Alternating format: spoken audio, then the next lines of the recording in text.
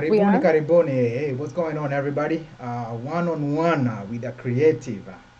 Today is the day we've been waiting for. I'm so excited about this one. Eve, say hi to everyone.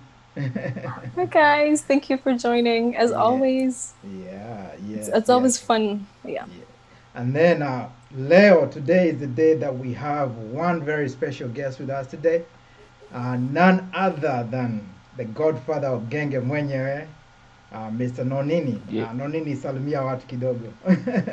niaje watu wangu mko fiti manze. Glad to be here. Eve, Smalls, guys, okay? We are doing good. Yes. We are doing good. We've been excited all week for this show. Yes, all week. Shukran. Actually, Yeah. I owe two people Mahamri for guessing for guessing your Hebu ataje for guessing kidogo. it correctly. Oh no, sitawataja. Asante kwa Sitaki kunihost. kutafutwa. Yeah. So yeah, we've been waiting for this one. Leo, you guys are gonna get to know who Nonini is. I know he doesn't need any introduction. Watu wengi tunamjua, Nope. lakini for the people that are new or are in the diaspora and have not listened to Nonini music before, Leo, you'll get to know him. You'll get to hear his music and what he stands for. And it's not just about music. This guy does a lot. He does a lot. Lakini, um, without further ado, let's go on and see if we can get a quick word from Eve and then Tuanze. Also, I think a lot of people just know Nonini for music. So this is gonna be fun. We're gonna talk about his other passions and things that he's more passionate about. So this should be interesting. Yeah, Yeah. definitely. Yeah. Most definitely. So where do we start on this one? Because this one is going to be good. Oh my God. You know what? I was listening to the songs because I always do, like the day before, I listen to the music that we have been given, Right. and I can't figure out where to start from. It's crazy because I have two songs that I haven't heard, and I feel Yeah, shameful. me too. The way you sent me today, and I was like, huh, I've never heard that one. Yeah. Huh. So Kuna before, mangoma mjaisikia? ni mbili Imagine, tu, kuna lakini I miss, guess yeah. ni zile mpya mpya. Yeah. Lakini, But you know me, I haven't Ah, been in Kenya since for Yeah. a long time now, and Yeah. I really try to keep up as much as I can. Yeah. Na So haina it's good pressure, because haina most people pressure. know the back throwbacks is Nonini, lakini za Yes, siku hizi, yeah. yes. A lot of Yeah. us know him before the Godfather phase. Yeah. So Yeah. as we get into this, I would like for everybody to tafadhali tag your friends, share the link, Yes. tafadhali. That way we can get to hear everything that's gonna go on this show tonight. I think people are gonna Yes. learn a lot about Nonini. So the first thing we're gonna do today is talk about the first half of the show. We're gonna talk about Nonini's music, and then Right. we're gonna kind of like have a break in between the show. It's not really a break, where we're gonna talk about Nonini as a anaitagwaje philanthropist. Is that the right one? Yeah, philanthropists. Yes, Philanthropist. yes. And then from there on, we're gonna Yes. come back and listen to more music. All right. Okay. Nonini, what would you like to tell the people today? One word from the Godfather. One, I'm glad to be here. I hope everybody's safe out there. Unajua saizi manze hii ni COVID, hii time ya COVID ni normal. It's challenging for everyone. Definitely. And most especially for creatives, unajua. Creatives Right. jobs zetu zinakuwaga huku nje na huku nje kumefungwa. So I hope Right. everybody's safe out there and welcome. Karibu. Yeah. Karibuni sana, everybody. So I asked this question kitambo kidogo. So now that you have been through COVID as a creative, what's the one thing you know you're going to do different after COVID when it comes to your music? When it comes to my music, I think my music is still gonna be the same, but Yeah. probably the way I handled my business. Sahii tumekuwa forced kuadjust kufit into this scenario. Na hii kuadjust yet ni temporary, it's permanent, as in whatever you adjust to right now, it's gonna be forced, and even after COVID, you have to implement it in your strategy. Sahii nakufundisha kuadjust because so that emergency ingine kama hii ikijatokea, isikushike flat foot. Most definitely, yeah. Yeah. COVID has Most definitely changed definitely. things, yeah, and the way we do things in general. Yeah. Getting to people has become an online thing.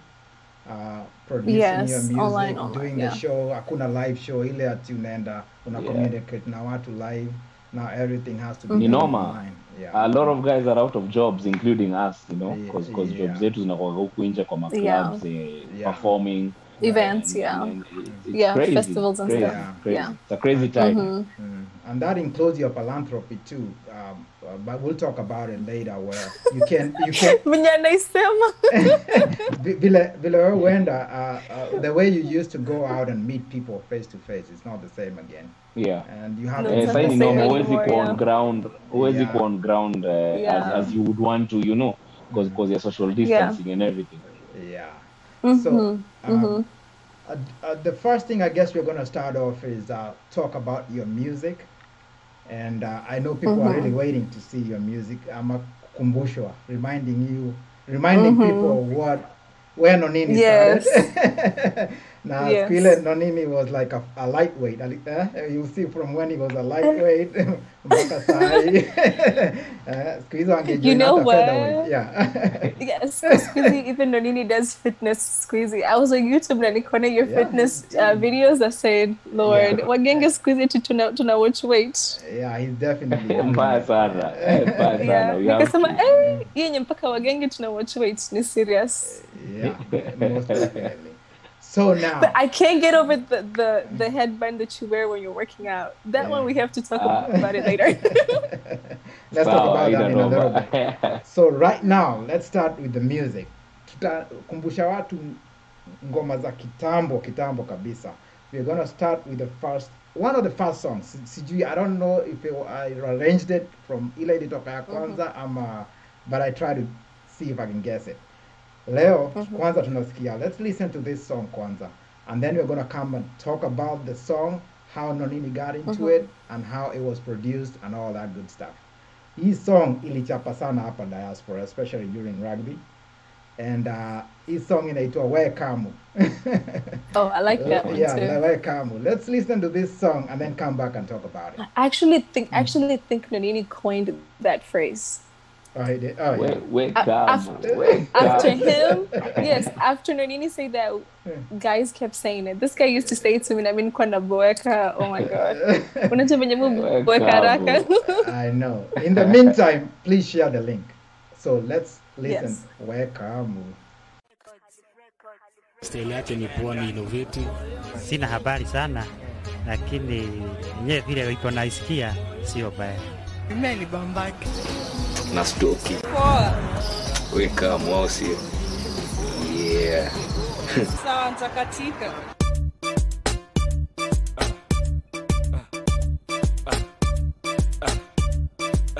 Nonini 2003 chukua hiyo mbie weka mu. Kwani nini? Hujamwona Mansita mwambia kam. Mwambia kuje. Leoni.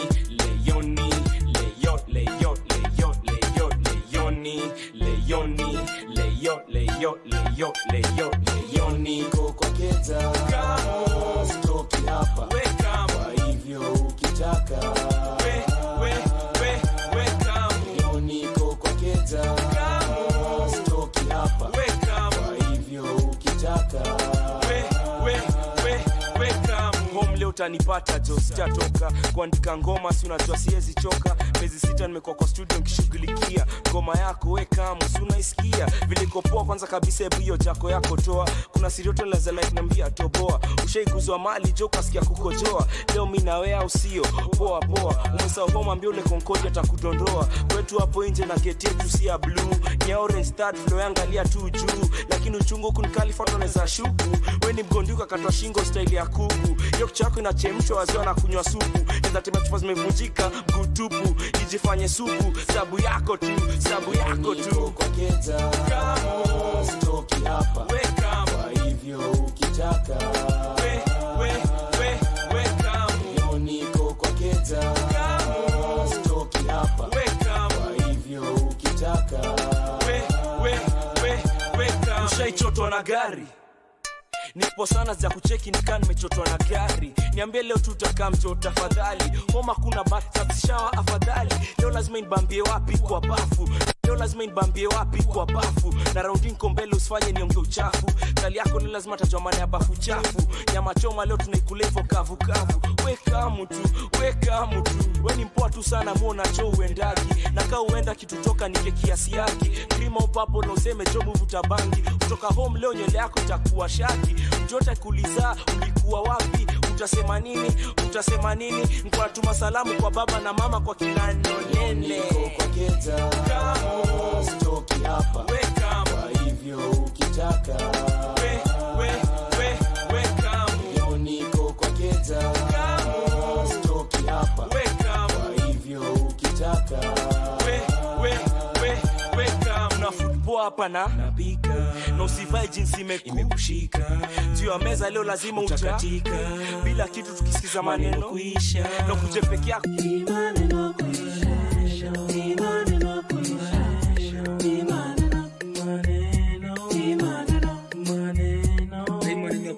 kuisha kuna mtu anatuona tukisikiza maneno kuisha na kuje peke yako jo sikunje na beste zako sitaki kombi leo na kutaka wewe peke yako useme unaenda wapi sitaki noma na madako sema unaenda laibu sitaki noma na budako anjua sini mabeste leo ni poa nikifungua mlango tu hivi anza kutoa sinakumbuka ile chakula nilikwambia inaweza ngoja kuna nyingine tamu hapo kitaka unaweza onja pole pole jo juu inaweza kunyonga umecheza mingi kwa mdomo mpaka shindwa kubonga tulia basi nikafungue mlango kuna mtu anagonga niko kwa keta kama stoki hapa weka kwa hivyo ukitaka weka leo niko kwa keta kama stoki hapa weka kwa hivyo ukitaka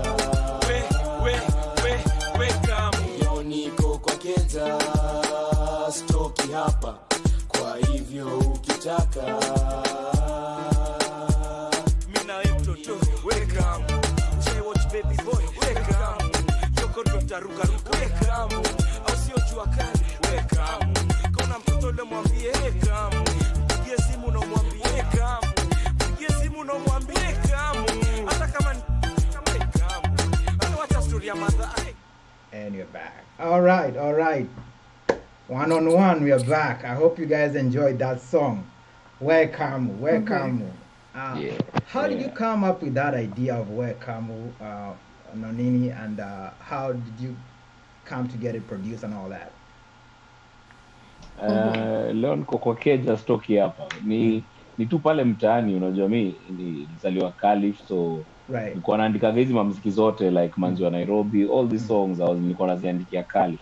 Calif nilikuwa na had my room because my house zetu zinawaga like 2 bedrooms so I was living with my sister then me I had my room so kwa hiyo room ndio hizi hits zote nilikuwa naandika I was to like get the tracks from the producer and I have a laptop iko hapo ndio nacheza hizo muziki then I write my imagination. It was basically creativity and the feeling ile mood ya teenager unajua Right.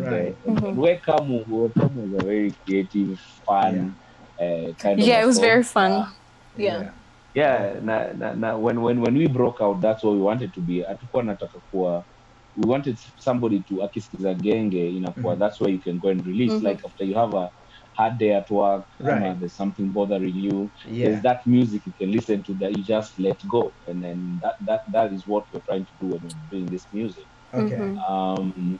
Wekamu yani tu ni leo niko kwa keja stoki hapa wekamu yani ingia yani wekamu ilikuwa muziki provocative because by the time we were coming out watu walikuwa sikizi Sheng sana. Sheng ilikuwa imekategorizewa not mainstream unajua hii muziki yetu haikuwa mainstream definitely. So we had to be provocative so that we get people's ears. Watu kwanza shindwe ni nani tushtue watu kwanza yani nani unajua na anasema nini and then now that was the whole thing. The good thing about ngoma zenyu za genge za kwanza when genge came out hizi song zilikuwa you can say they were provocative but language ilikuwa clean. How are you guys able to but you know what you know what our culture inadefine lugha safi tofauti I won't say like the songs. I think in our culture it's just taboo to speak about sex, to openly say that you want this, you want that. I think I think that's the difference. Kuna vile unaisema, because if you look at it, and me and you, we've had this debate multiple times. Kenyan songs, as you know, chafu, it's the same thing. The only difference is our culture is not ready to accept that people are sexual beings. Yeah, but Nonini, the way you wrote your music, you were able to talk about all this stuff like sex and all that. Lakini, it still came out clean. How are you able to do that? One ni kubalance, basically it's first is being creative. You see, as a musician you have to be creative. Sometimes the words you want to say, but you have to be creative about it. Na hiyo ninakuwa utamu ya ngoma. Utamu ya ngoma ni kumwachia audience ajijazie Kenya unasema. Audience akiweza kujijazia, you connect na ngoma on another level. Yani akiweza kujua you're using hidden meanings, alafu aelewe akivyake huko au agena mbamba mbaya sana, you know. And that's music and poetry most of the times inakuwa hivyo. You use things like metaphors. It's very important because sometimes the music you write, there's a target audience, and then that song will spill over to another audience that probably was not your target. So ile audience haikuwa target yako, to protect them ama wasinyite, you have to be creative in a way, unaget. Definitely. And of course kuna lines kuna line tulikuwa to cross, tunajua yes right there, but there's a line we will cross, you get. Because mimi najua kuna watu wanasikiza, najua my parents wanasikiza, you know guys, more na watu wana comment huko kwa social media wanasema ati our music was vulgar. Our music wasn't vulgar. Our music was bold. Our music had topic. It was bold, and people were not ready. People were not ready to vulgar ni kutukanana. Vulgar ni kukas. Mimi jaikas kwa muziki. Ushaiguzwa mali ukasikia kukojoa. Where is the kas? Nowhere. And that's why I'm telling you. And that's why I say this. I think our culture at the time is not ready for people to openly discuss sex or openly discuss their desires and to openly say how you like to be, you know, pleasure, Nonini. So they're not ready for that. It makes a big difference. Muziki ilikuwa bold. The music was bold. Music was bold. It wasn't vulgar. Hakuna ngoma yangu bali utapata word imekasa. There's that too, So do you feel like kuna saa zingine unaweza sikia Nonini ameenda na line unasema he's about to say it, alafu unasikia sasa wewe uko na ngoja. I'm like, do I mute it? I'm niendelee. So it makes a big difference. I think I think at the time, because of the content of the songs and the videos, ilikuwa inasaidia to keep it a little bit I won't say PG, but a little bit acceptable to a lot of audiences. Okay, compare na music videos as squeezy. This one I watched and nikasema huyu akupigwa akiwa mtoi. Kuna moja niliwatch nikamwambia mshango huyu akupigwa akiwa mtoi because never. Where's the compare na WAP? No, the other thing is and this Jsmallz, come back. Focus. This is a question maybe ingekuja kwanza. Nonini, how did you realize that you had the talent for an artist? Unajua kila mtu anakuaga ameenda through stages ndio ujue this is what I need to do. How did you know that wewe ni artist? Ni right after high school because in high school I used to be in the drama club. I used to like art, the actual art of drawing. That was my passion. And high school I just linked up with of course my best zangu Akali, and they made me see this is something I can do. And once I realized it's something I can do after high school, that's when I rolled with it. Oh, nice, man. That's crazy. That's nice. Kwa hivyo chuo ulikuwa drama club? Mbaya sana. Nilikuwa napenda kuact. So that's where the code 254 thing came in. So I'm all now starting to put everything together. My favorite thing ni when you umechange majina zako over the years. Kitambo ulikuwa tu Nonini, ukakuwa sijui the Godfather, squeeze ni Mgenge True. Mimi nangoja the next name. Na reinvent, hiyo ndio siri ya reinvention, you know. Yeah, you have to keep reinventing yourself. Yeah.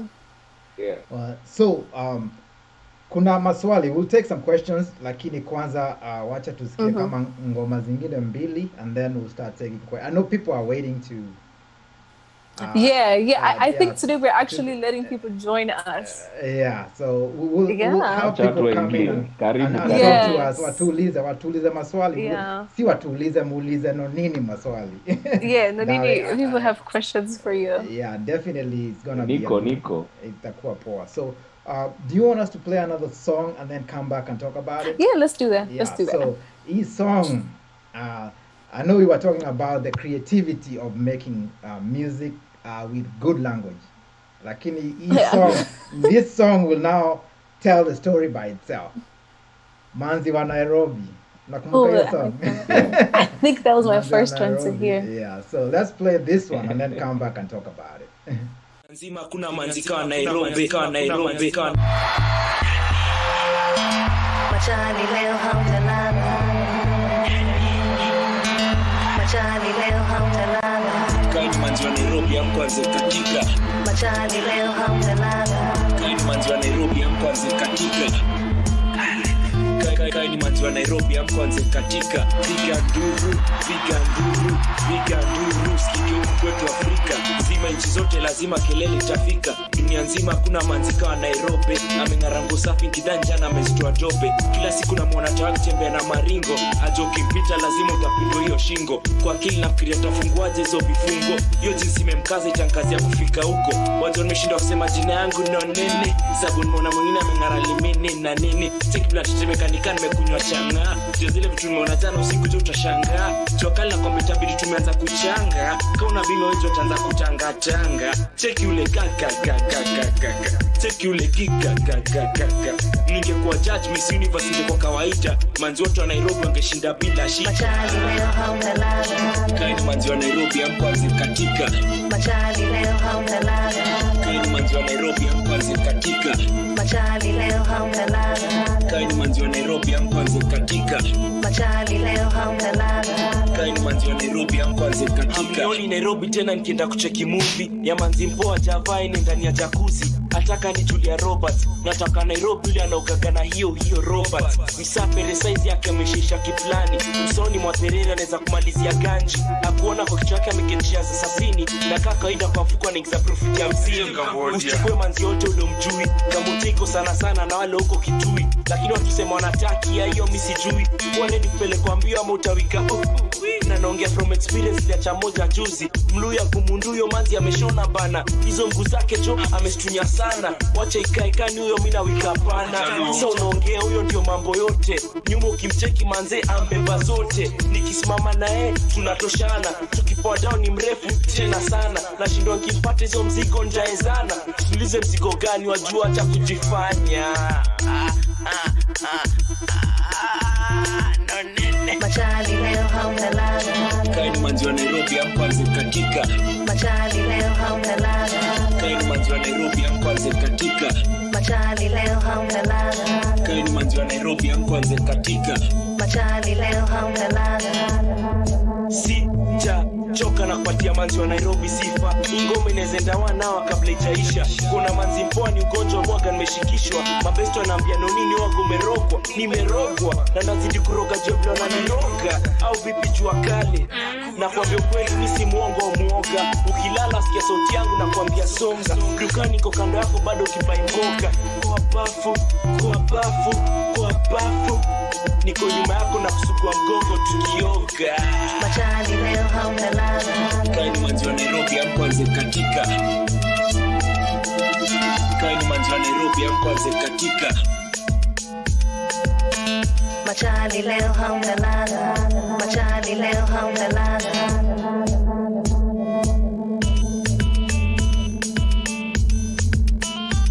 Khalif Records.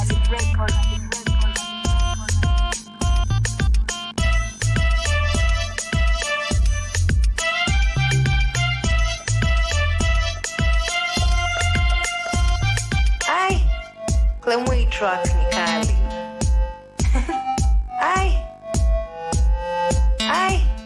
Clemway track ni kali. And we are back. manze hiyo song, all I can say is ilikuwa mbaya. Rugby hiyo song ilikuwa inacheza, ilikuwa mahewa juu. Kwanza, before we take a question, before we take a question from the fans, tell us how you came up to produce this song. What was it all about? I know it's a fun song, lakini there must have been a message behind it. The kind man's wa Nairobi, basically. I was just pulling up for my Nairobi women, yani. Okay. Sabu, like at that time, madem wana buda jo, madem wana mantel kwa kafiti, kwa kafiti ba sana. Lakini, pia as I was writing the song, niki try to describe budem manzi wa Nairobi, nika realize that sio manzi wa Nairobi peke yake, kuna mamanzi wa area zingine. So nikaanza kudescribe dem Mluya, unajua, nikaanza kudescribe dem Sapere, dem Taita, dem Jaluo, unajua, just to praise Kenyan women.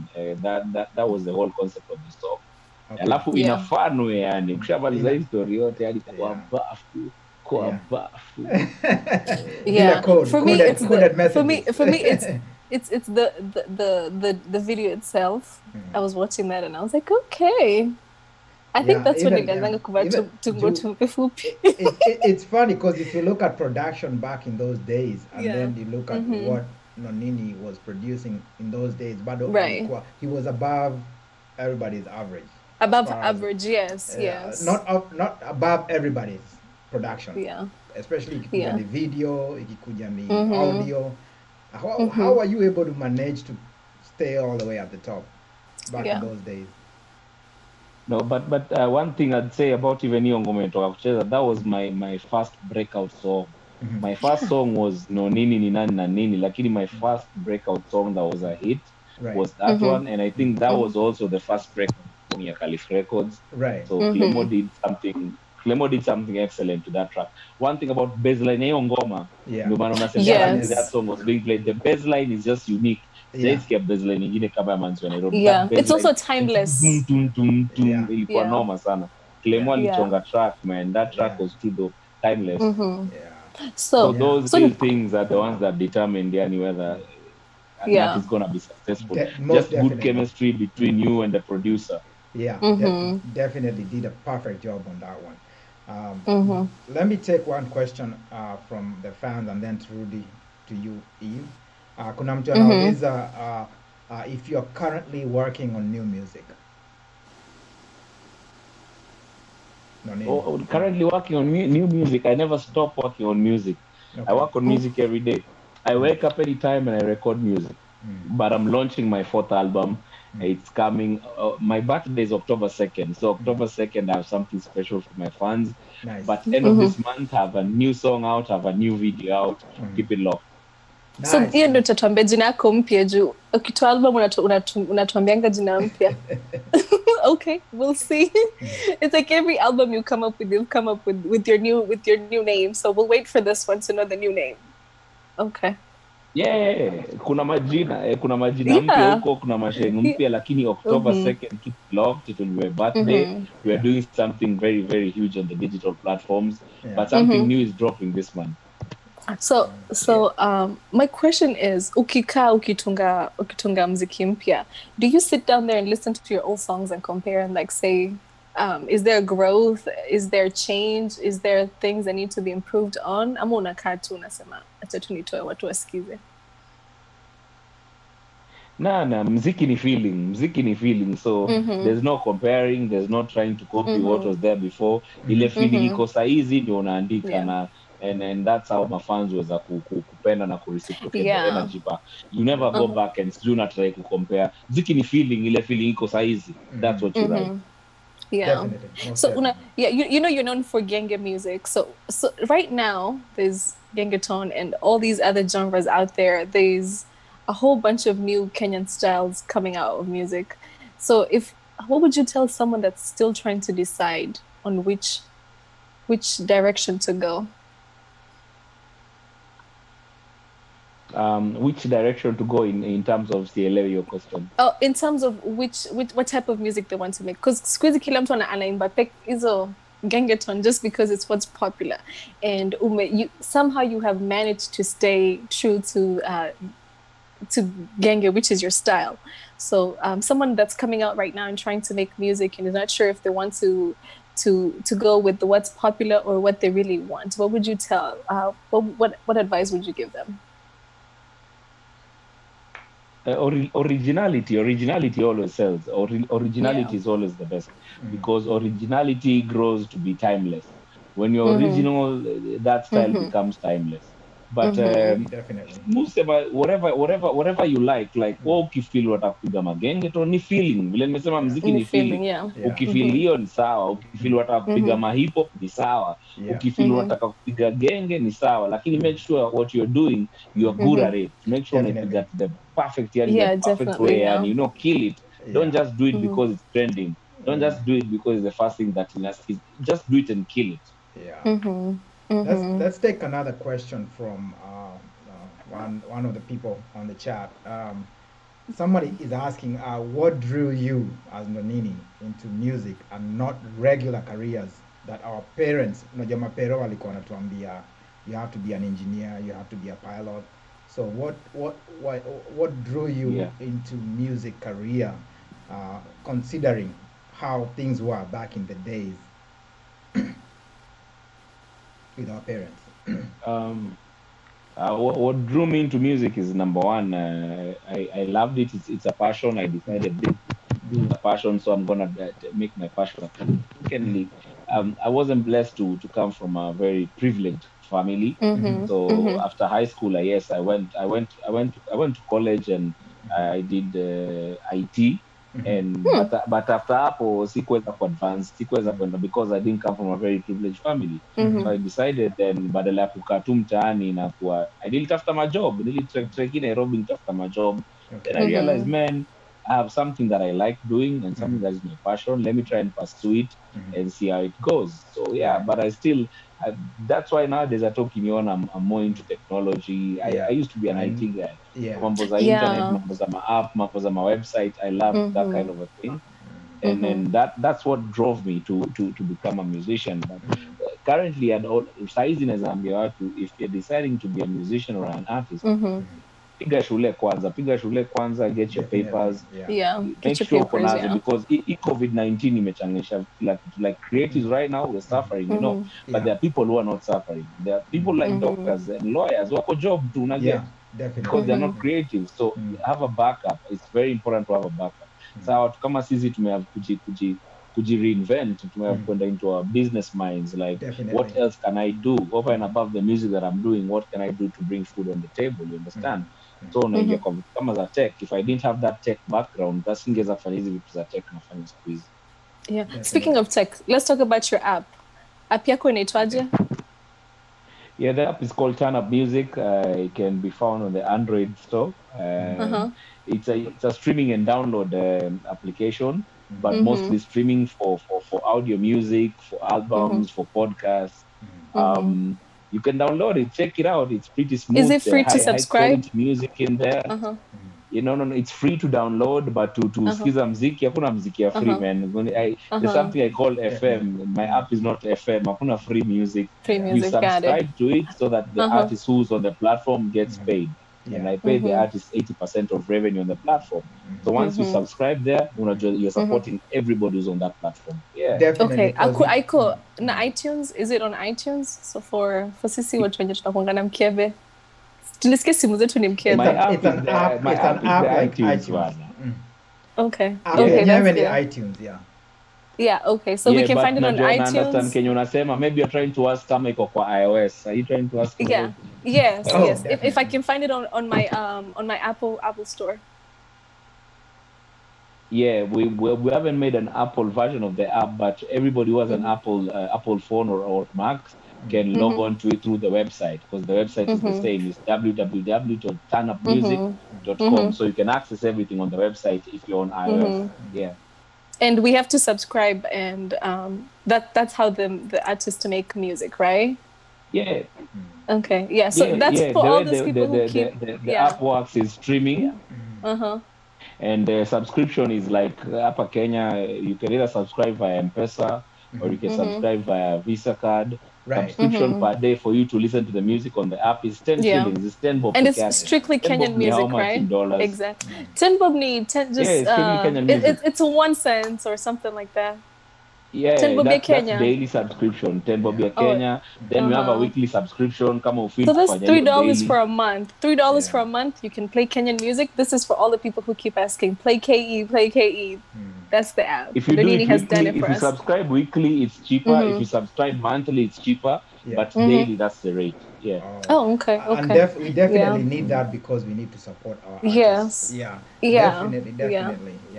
I've heard a lot of complaints from the artists saying that the money they get from YouTube and other iTunes, apps, Spotify, it doesn't make sense to them. It doesn't make them any money at all. Now maybe saa zingine wanasign the wrong contracts. We'll talk about that in a little bit. But before tuende kwa hii song ingine, wacha niulize swali moja hapa inaulizwa na one of the fans or one of the people in the chat room. I'll read it out and then maybe Nonini can answer. Nonini, do you ever get mental blocks when writing lyrics? And if so, what do you get back into the flow? How do you get back into the flow? That's a very good question. Mental blocks happen to everyone. Kuna time yani huwezi andika, yani hauko kwa hiyo mood, hauko kwa hiyo vibe to jiski, it happens a lot. So what I usually do is mujipatia break kidogo na shika shughuli zingine. Like I'm passionate about music, but mushika shughuli za vitu zingine that I'm passionate about, you know, like building like of those tech things like the turn-ups, management, script writing, vitu kama movie, kama RNN, hizo show zangu za YouTube, you know, unajipatia shughuli nyingine. Ukipatia brain shughuli nyingine, at some point it clicks back and the vibe comes back. The mental block nation. Oh, so because a lot of people try too hard. Yes, try too hard. Usijaribu just kupatia brain inanidio break. Also, let's point out that RNN is rhymes with rhymes na Nonini, sindio?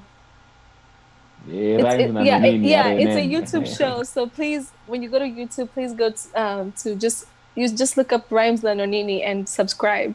Very amazing content. I like that you bring Nonini page yangu kwa YouTube. Just like Nonini.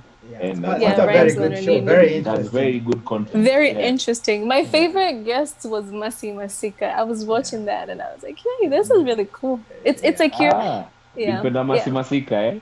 Yeah, I love Msanii Masika. That's my favorite one. I've watched every episode except the very last one.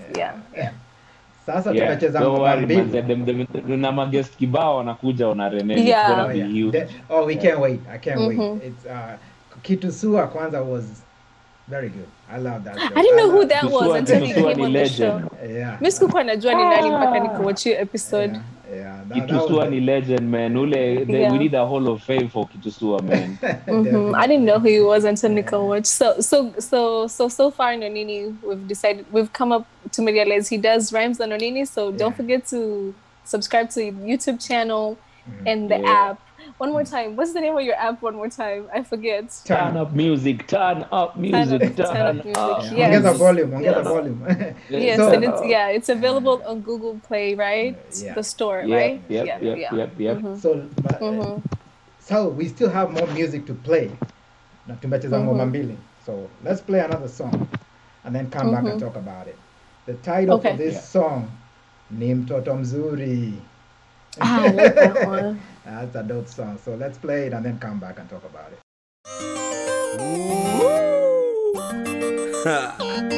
Nonini. Bobby Mapesa. Mtoto Mzuri remix. Mambo sawa. Tukaruka shawa. Hasuna jua. Mambo sawa. Hakuna tafash. Inanibamba. Mambo sawa. Itatubamba. Mambo sawa.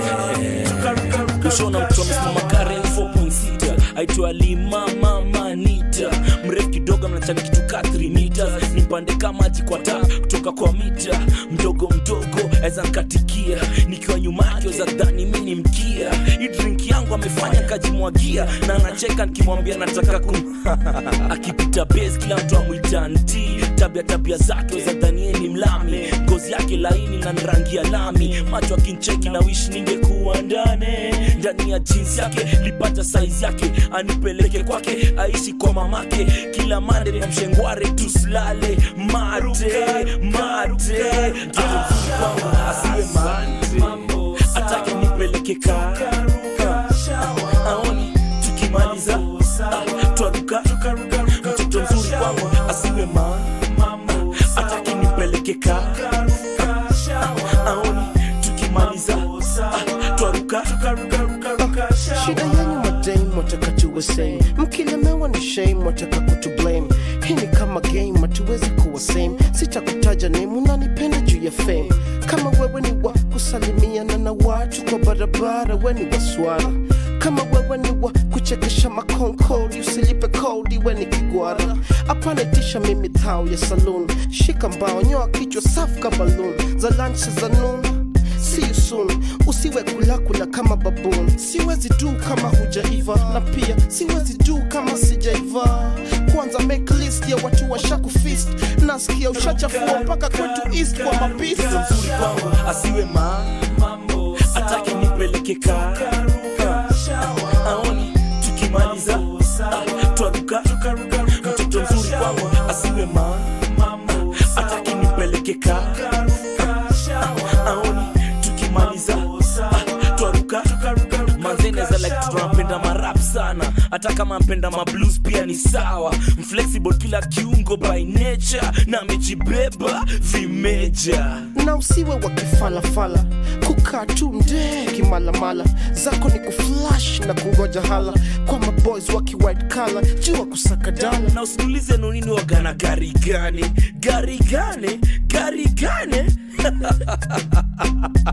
kwenda panda matatu sinishefea tafadhali. Usijam nikikam home, nikinukia madame after kuperform. Mtoto mzuri anavaa Oriego manduli, tabia nzuri, nywele nzuri. Mtoto mzuri kwangu asiwe mambo, atake nipeleke aoni tukimaliza twaruka. Mtoto mzuri kwangu asiwe mambo, atake nipeleke aoni tukimaliza twaruka. Mtoto mzuri kwangu asiwe mambo, atake nipeleke aoni tukimaliza twaruka. Mtoto mzuri kwangu asiwe mambo, atake nipeleke aoni tukimaliza twaruka.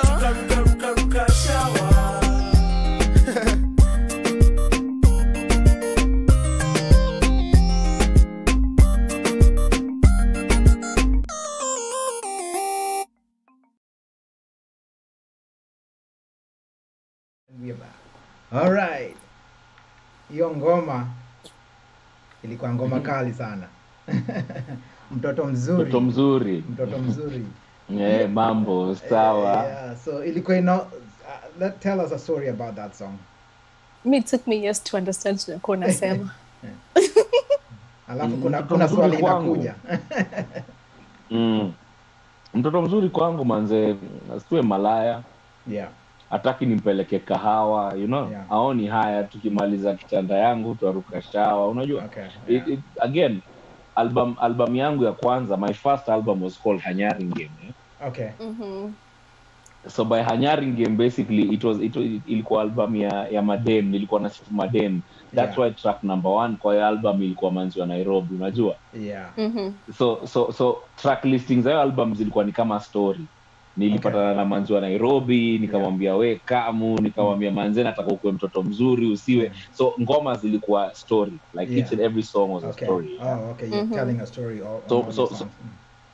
so Mtoto Mzuri was one of those songs. Hii Mtoto Mzuri imetoka kucheza hii ni remix. Mtoto Mzuri original was on my first album. Okay. Na hiyo ndio ilipendwa kabisa because it's the same but it sounds kind of different even in terms of production. Yeah. But lyrics ni the same, chorus ni the same, lakini hapo kwa remix tulitwik kidogo. And the first one was produced by Mike Black on my first album. Hii remix ilikuwa kwa album yangu ya pili, which was Mwisho wa Mawazo. That's when now we did the remix with Bobby. I never knew that. So the first one was just you, a single by just you. Yeah, Mtoto Mzuri ilikuwa tu single yangu, alafu ilipendwa. That's why I decided let me do the remix also on my second album. Lakini hiyo ya kwanza kwa album ya kwanza ilikuwa kidogo provocative. Nilikwambia times it ilikuwa provocative. Bado mlikuwa. I did a remix and I toned it down kidogo. Okay. So kuna swali moja imeulizwa hapa ya hii song. I didn't know there was a single, lakini I knew about this one. Hii ulifanya collabo. Kuna mtu anauliza what was the beef between Nonini and Bobby Mpesa over the ownership of this song? Can you speak on it? One thing, me I always see things huko on social media. Kuna vitu I never respond. The stuff that I find stupid, I don't respond to stupid stuff because kuna vitu zingine zinakuwa very obvious. Number one, so I've told you number one, song was where was the first song at? Was in my album. So get on to turn up. Get on to turn up music, my application. You'll find all my albums there. So when those usikize Hanyari Game track, I think it was track number 4. That was Mtoto Mzuri. So that shows you Mtoto Mzuri ilikuwa ngoma ya nani? Yako, because it's original. Thank you. Then I called him on. Actually, kuna si hata nilimuita. Bobby was on a group called Bags. Walikuwa wanajitaga Bags. Ni Bobby na jamaa alikuwa aitwa VBO. I had a manager back then. Na manager wangu mnamjua, manager wangu ni best yangu anakuwa hapo Dallas. Kitambo alikuwa manager wangu wa kitambo. Anaitwa Toll Genge Entertainment. I know Toll, Unajua Toll. So Toll used to manage me back in the day, and then Toll pia alikuwa ni kama anajaribu kumanage kina Bobby. So Toll was like put Bobby on this remix, at least tunajua itengeze brand yake. So Toll ndio alifanya Bobby akuje kwa hiyo ngoma na tufanyie hiyo remix. So if I'm putting you on my remix and you're saying I never paid you, how am I paying you for putting you on my song? Na kuita kwa ngoma yangu nikulipe, kwani uko lucky aje? A good point. It's my song. It's my song. So all these controversies, you want to do just to try, people just trying to get clout, but I never took anything from him. He still remains, he actually aliandika verse yake. So kama aliandika verse yake, he still remains the composer of his verse. But song ni yangu, I'm the executive producer. I wrote my own verses, he wrote his own verses. So tukiregister hii ngoma kwa copyrights, yeye atalipwa kukua hata wa verse yake. As long as aliandika verse yake, he'll be paid for that. But hata alipwa kwa executive producer because that's me. So kama ajaenda kama ganji yake huko, mimi nifanye nini? Kila mtu ni msanii. When you're an author you get credits, but it's not your original song. You get credits, and also you get as an author, you get you get a share of the song. If it's registered, you go get your share from the copyright people. But I'm the executive producer, I'm the DD of the song, so tough. I think there's a good question coming here, and I think it's worth asking. Kuna mtu anauliza Nonini, Leon ndio anauliza. He said Leon here. How do you keep away from silly scandals like the most of the artists around Kenya? Because I have never heard you in any situation. That's a very good question, actually. Leon. Hata mimi sijasikia moja. I don't know, unajua niko kitu naambia, you see venye muziki lazima ikuwe creative. I don't thrive on negative controversy, unaget? Kuna controversy ya kifala, kuna controversy alafu kuna controversy ya kifala. I love controversy, but ya kifala sipendi. Ya kifala you never find me in vitu za kifala. Never. Because kuna ile controversy ya kuhype. Kiki kutafuta tu kiki zisizo na maana. Kiki zisizo za maana. I don't know. There's an article I read about you. There's an article I read about you. You say that your contents of your songs has stopped many projects for you. And imefanya watu wengi wasifanye kazi na wewe. Like big companies and big deals you had, you lost them because of your music. Do you have any regrets on that? Nah, man, that was my interview on CTA, and I said it perfectly, and I wasn't saying it at whining at Nini. That built me to be the brand I am, because I never got handouts from people. I had to hustle. I had to get on ground to make sure I think is a yangu na get. But corporate Kenya is a little bit different. Corporate Kenya is not like America, where Cardi B atatoa wap and then she's on the next Pepsi advert. Corporate Kenya ukitoa wap, my friend, you're blacked out. You're blacked out by companies. Companies will black you out. So basically, what I was trying to do is, I don't think kuna mtu ana advise watu wa saizi about this stuff, get? And it would be wrong for me to know this happened to me and I keep it to myself, and these kids are setting themselves up for failure. I'd rather share, then they choose what they want to do. I'd rather share the knowledge, then they decide, okay, fine, I want to do it or I don't want to do it. It's just me just trying to offer mentorship here. So no regrets, never. Because we definitely have very good new talent out there. Lakini the content, the content of their songs in our, because you really need that music in the mainstream. Na kama ifiki mainstream kuna shida fulani. So nikuulize swali. So when ulianza kutoa muziki, how long was it before you got your first big payday? Because people think that you start music, then tomorrow you'll have, people think you start today, then kesho you'll be famous, then you get money, For about 2 years, man. For about 2 years, we perform shows are free. Shows are bure, mnaitwa because watu hawajui, mnaambiwa kamini mkatendraise, mtengeze jina yenu, mnaambiwa tutawabaia soda, mnaambiwa tutawapatia fare. And this happened for like 2 years. Before now, when you got now the actual hits, then after you get the hits, when mwenyewe unatengeza your own business plan and your own business strategy, and then you decide, hey, nimefanya hizi vitu za bure for so long, I'm not gonna do it. There's value out there. People want to see me and they want to pay to see me. So if promoters are not gonna pay me, I'm not gonna do this. So pole una change, but it takes sacrifice and time. Lazima utapiga hizi vitu za bure sana. It's all about sana. Because what's wengi hawajui. 2 years is a long time. What's how long it takes? 2 years is a long time to, and you still kept going. Kuna mahali nataka tufikisha hii show. Kuna mahali nataka tufikisha hii show, lakini before tufike hapo, I want to play one more song. We come back, talk about it, and then ndio to transition to another topic, and which is a very important topic. His song ni favorite yao ya Miss Eve. Mpaka alisema mara tano, this is my most favorite song. Kumbuka. Let's play this song. That's my favorite. Then Nonini was like less and more soft in his music at that time. That was like the first song, like he was less what's the word? You were less not provocative. When he started alikuwa na ile akona ile sijui amemakinika sana. At this song you could feel like Nonini had relaxed, like he had made it. He wasn't more aggressive in his other songs. But it still came out very nice. Yes, and that's why it's one of my favorite ones. I know the song word for word. I know all of Nonini's songs word for word anyway. Wacha nicheze alafu na wewe uanze kuimba in the background. Wewe.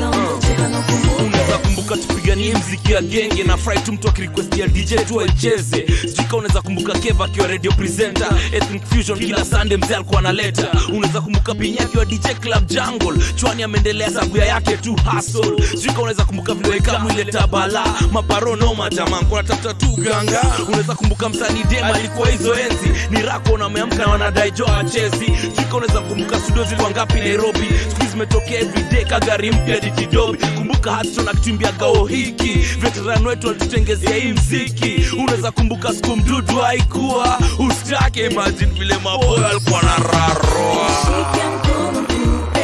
Peke safari kule tulikotoka, tunasonga saa kila mtu cheka na kumbuke, nishike mkono tupe.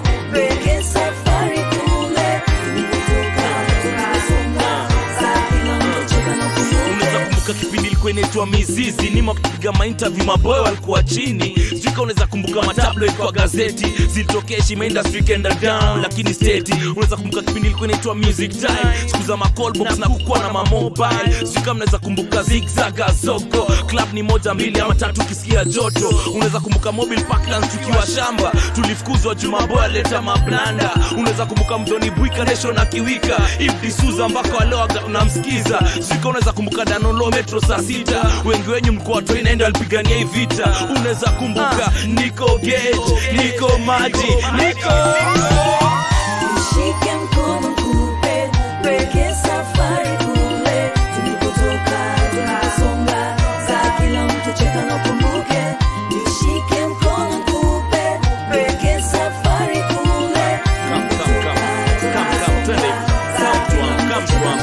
Tone Gwanda cheza bano madem blada kirukoko kando. Unaweza kumbuka Mr. Show Star Boy Center alikuwa sharpshooter, wagondi wengi walienda. Unaweza kumbuka mobile tazama kila sato ukulete mamuvi za free quest yako. Kumbuka Kasavuli John News akileta mtoto mzuri mpaka leo hajazeka.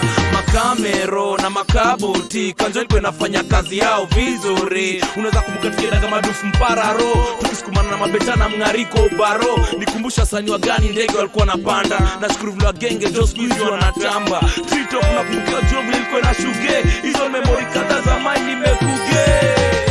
nishike mkono kupe.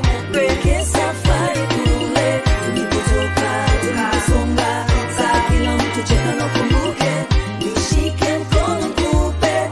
Peke safari kule tulikotoka, tunasonga saa kila mtu cheka na kumbuke, nishike mkono kupe. Tulipotoka tulivyosonga, nishike mkono kupe. Tulikotoka tulivyosonga.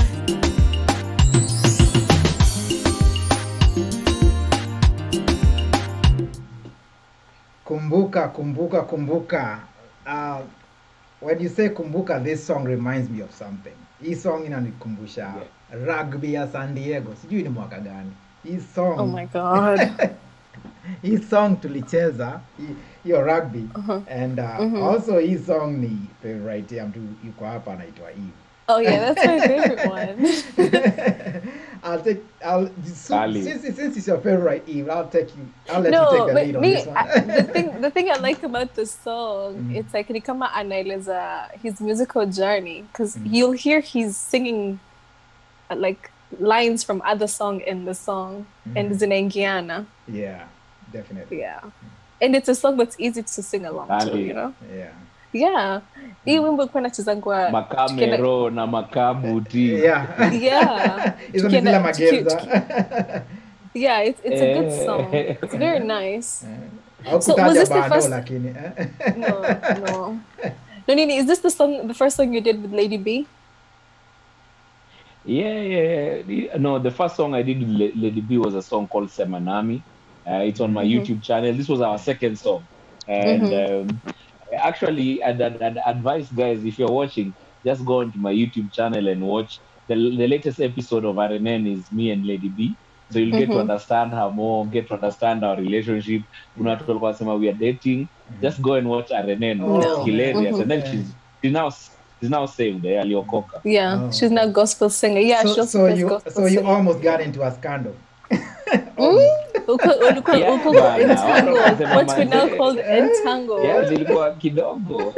Lakini ilibidi tu watu wameunderstand at some point.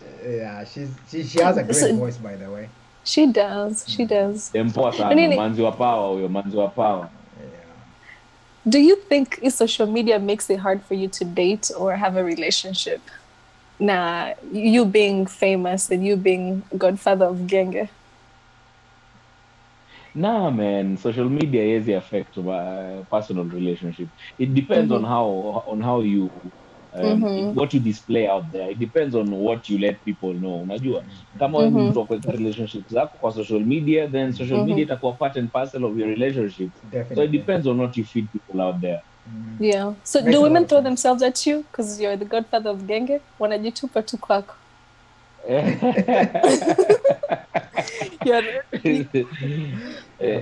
No, compliments are welcome, but kujitupa si, but compliments are usually welcome. Yeah.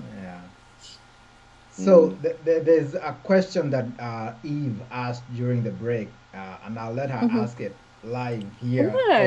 That way everybody knows. Oh yeah. Yeah. I wanted to know how Sjmallz and Nonini are friends. Sjmallz, take this. Sjmallz with a Z. You know, the other day I called Sjmallz with an S, let him text with an S. He was so mad. I've never seen him that mad. Like just because I put an S. And you weren't happy when I called you ever. It's hi ever.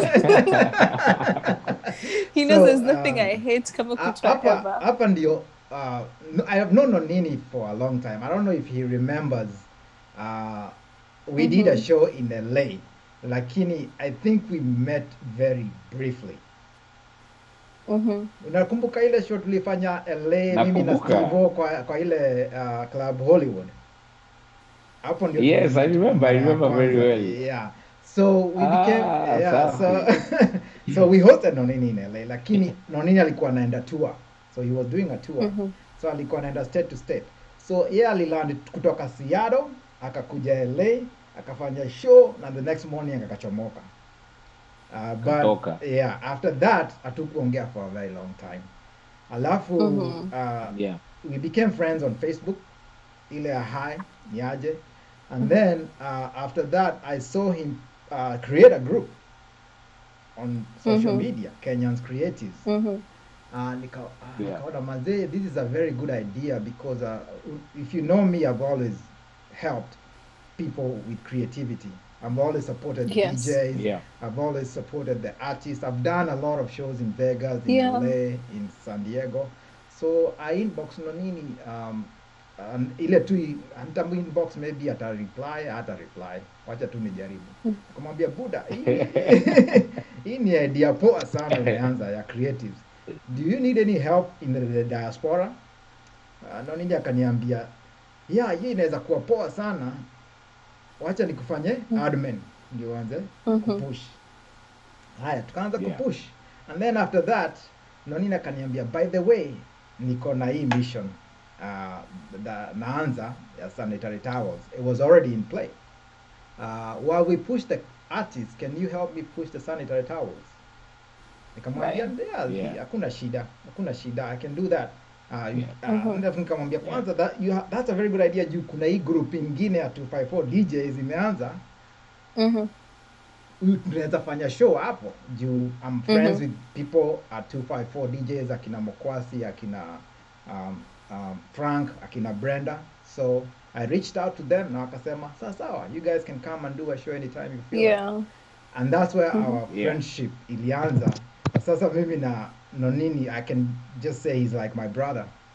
Saa zingine saa zingine tunaleta na juu for a good reason. Saa zingine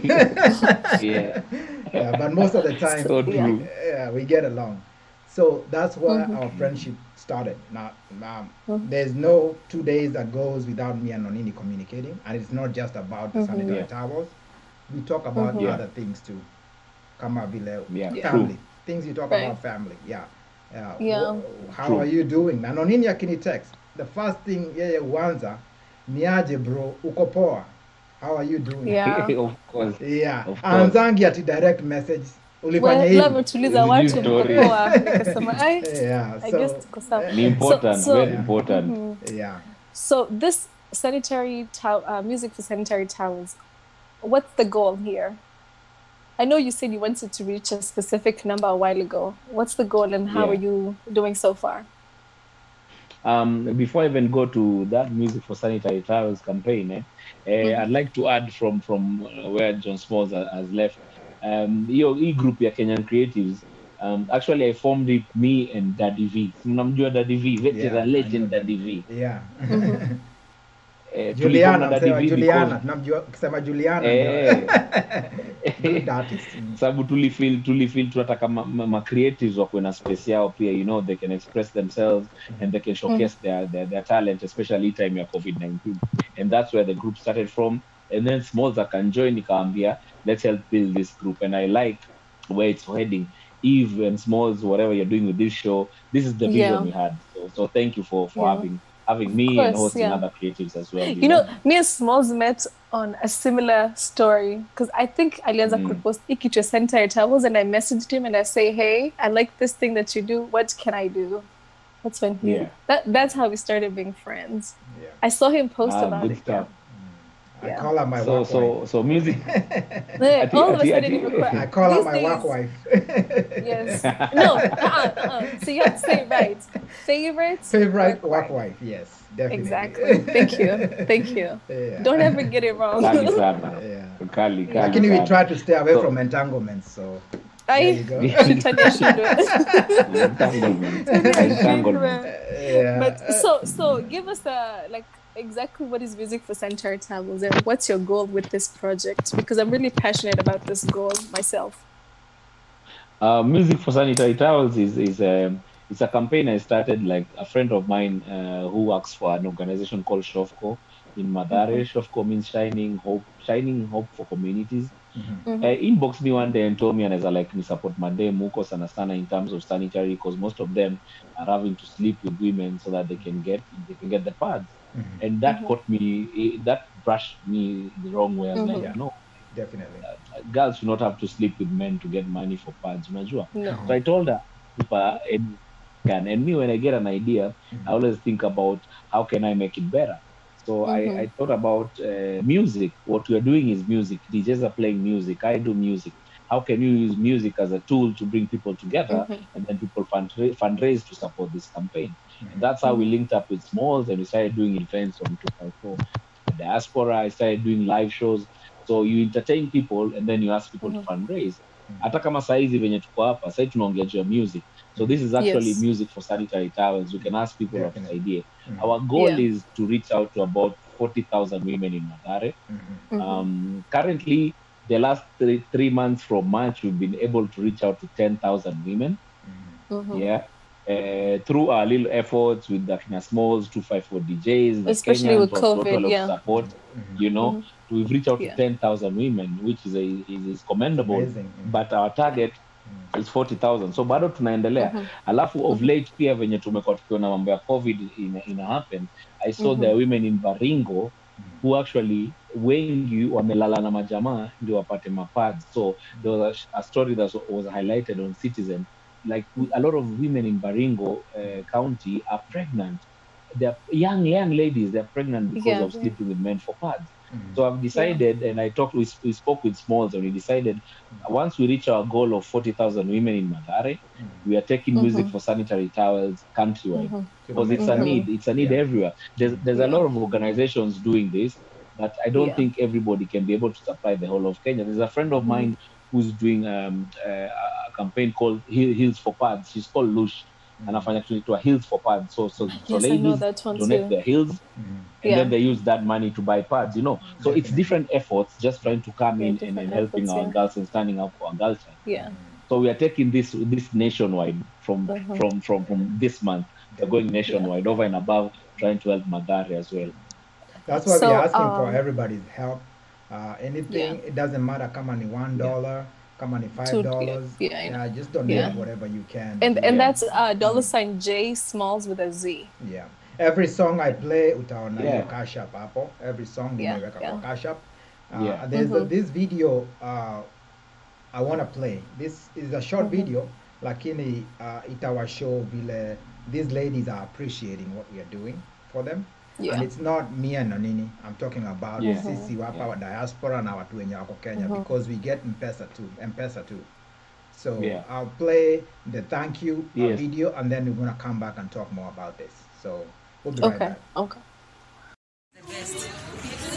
Sawa.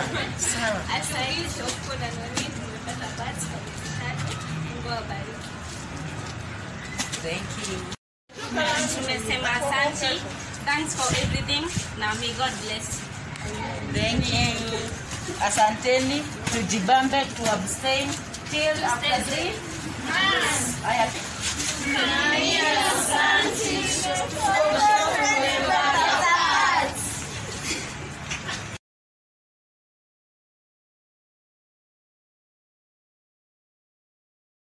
And we are back. All right. I know it was a very short video, but that is just a thank you from women from Mathare saying, Mazee, what you guys are doing, especially here in the diaspora in Kenya, you've really changed a lot of lives. Our madam, some of them could go for weeks without sanitary towels.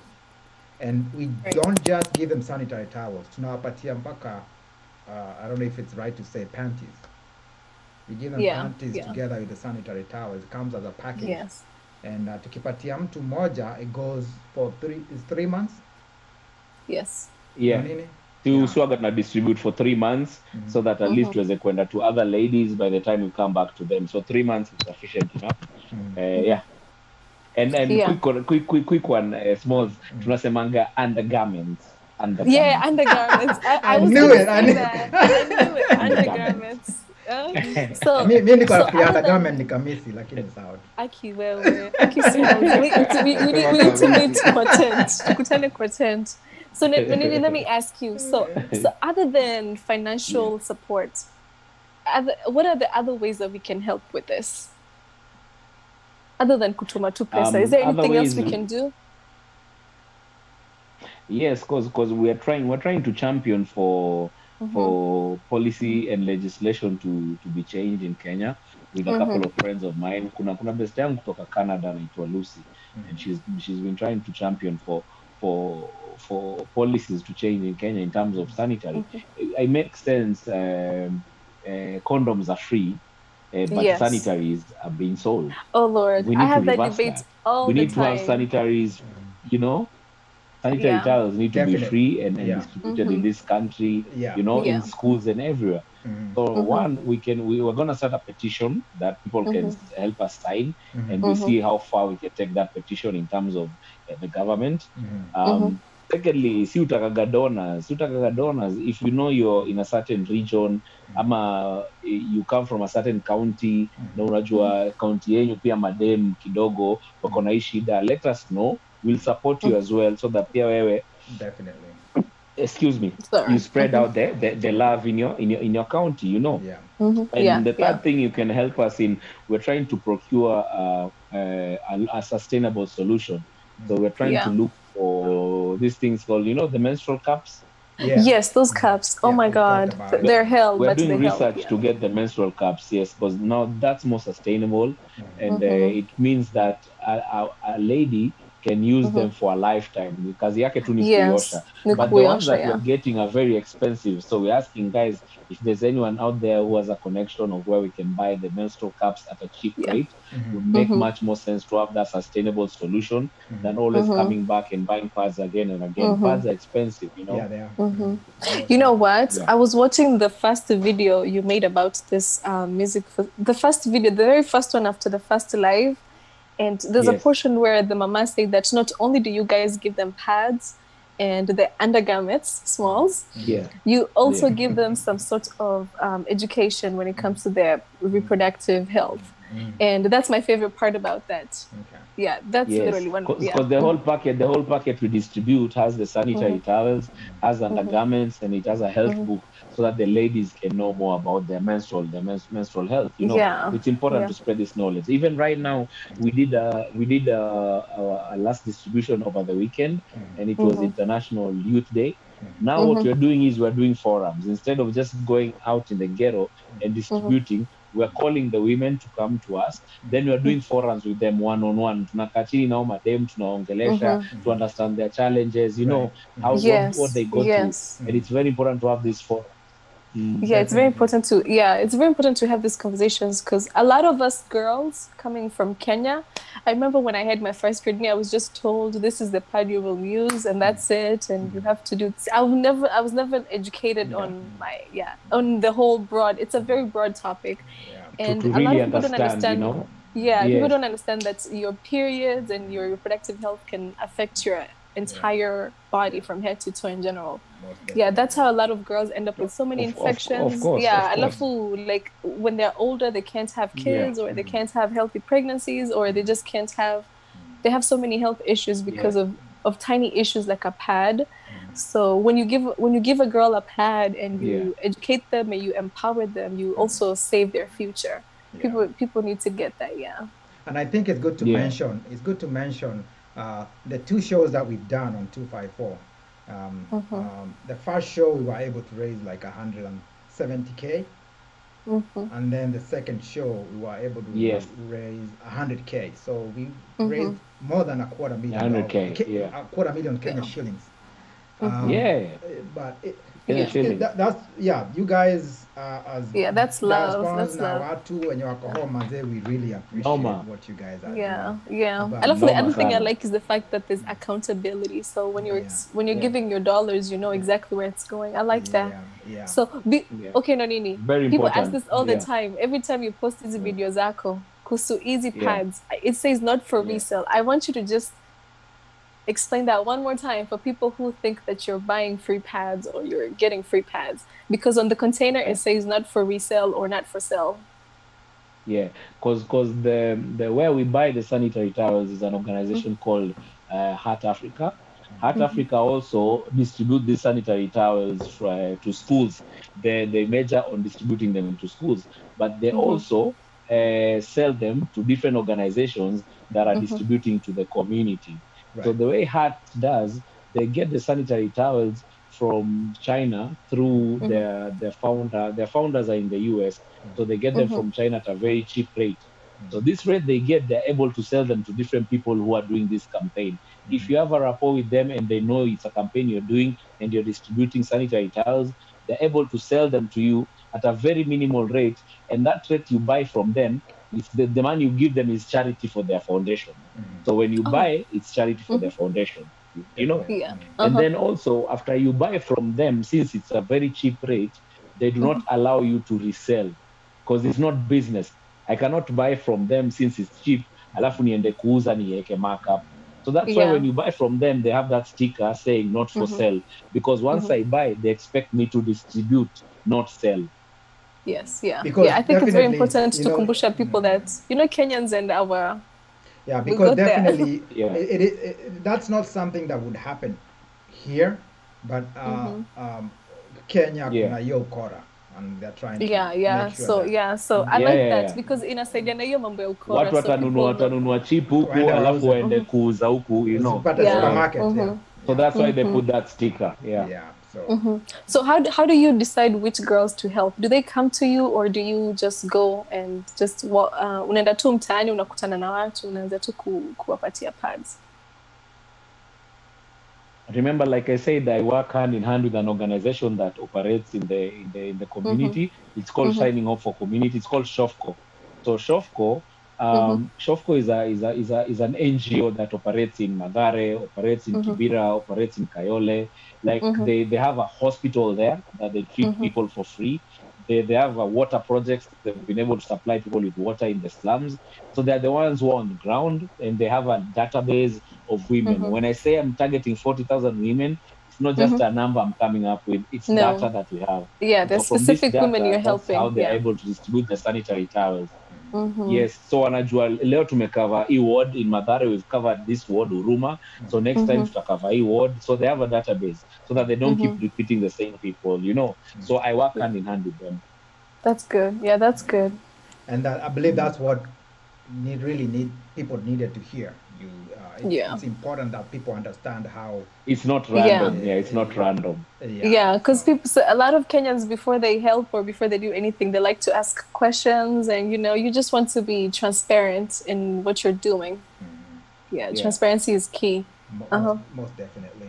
So now that we been talking about sanitary towels, like I said, if you have anything, it doesn't matter what it is.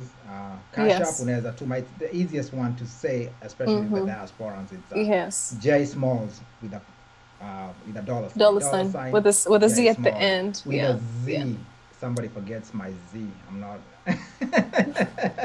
It's a Z at the end. It's a Z. Next time call me by my first name, okay? Yeah. Sasa, hapa kuna song moja, I think it will follow up nicely with what we've been talking about. It's like a thank you song that you wrote. Ukonaambia watu asanteni. Na hii song inaitwa Hii Barua. Yes. Hii Barua. So think of this song as a thank you for what you guys have been doing for the sanitary towels. So tutaicheza and then we'll come back and talk about it. Hii barua ndio hii.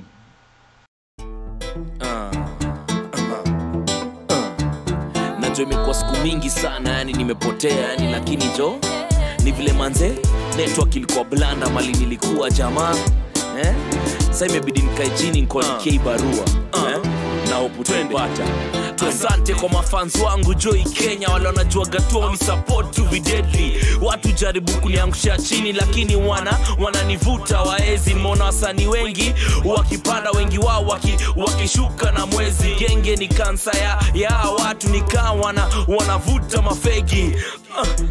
Kudeda deki mstari tamu kama mtoto mshelisheli. Nashukuru tuko pamoja tu mpaka sahi, tukitamba kwa radio TV kila mali na hii. Na siesa watu wangu wa Eugene na kuna wengine Burundi huko Rwanda. Nashukuru hizi miaka zote mmekuwa na mimi, na hii barua niwaandikia nyinyi kaisa Nonini. Kurasa zitoshi kuandikie ninavyokupenda. Hii barua maneno hayawezi kukueleza ninavyoshukuru. Asante. Barua niliona nikuandikie wewe, kauli nisikiza saina unisikiza siku za tene. Safari na jojo imekuwa ndefu, wengine mlinitoka sababu sura imemea ndevu. Nakumbuka jo tukilipwa tao ya basi ya kupanda matri jo tukiwa tao. Nikisalimia dem super na niambia chao, fani vile family ngeuza kwa macho zao. Kudeda deki mstari tamu kuliko matawi za pedi. Nikiwa chini wewe ndio mtu wangu wa nguvu. Hii sauti ndakupa unless ngeuke bubu. Moral vlonte watu wakibonga mbaya, vilotokea mashow jo nikiwa Ulaya. Hizi miaka zote jo mmekuwa na mimi, na hii barua nimeandikia nyinyi nikaisa Nonini. Kurasa zitoshi kuandikie ninavyokupenda. Hii barua maneno hayawezi kukueleza ninavyoshukuru. asante. Na ujo maisha poa, umemadachuo ingia kampo jo fala toa. Mimi niko poa siwezi complain, afadhali mziki siku hizi jo inaweza okolea jahazi. Maisha ikiwa ngumu komana yo, kuwa mstari wa mbele kiadeba yo. Kuna time ufika na nyama za kiasi, usidhani nimekuchorea, niko tu chini ya maji. Mjanjo fanya mambo yake kimya kimya, kisha narudi kuchukua industry na lazima. Mlango moja ikifungwa bisha ya pili, mimi niko ya 5 saizi na si rahisi. Na ya 10 nakaribia kila nikiwembia. Wewe jua tuko pamoja tu na nangoja pata barua yako Jona nitaisoma. Wewe andika sign jina yako mada na full stop au koma. Kurasa zitoshi kuandikie ninavyokupenda. Hii barua maneno hayawezi kukueleza ninavyoshukuru. asante. Kurasa zitoshi kuandikie ninavyokupenda. Hii barua maneno hayawezi kukueleza ninavyoshukuru. asante. Mara mingi huku njiani jamaa, sufikiria gani si ndio tumejijenga tumejifikisha hapa, lakini hawa watu wako huku nje ndio wanatusikiza jo. Na niko na mtoto wangu hapa, niko na nane au sio?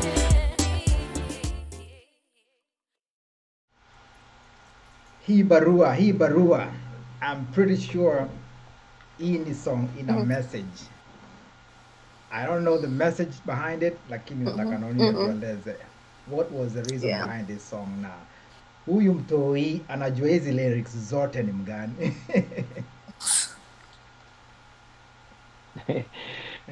Kwanza naweza sema yani asante mafans wangu hii Kenya, wala wanajua gatua ni support to be deadly hata uko diaspora.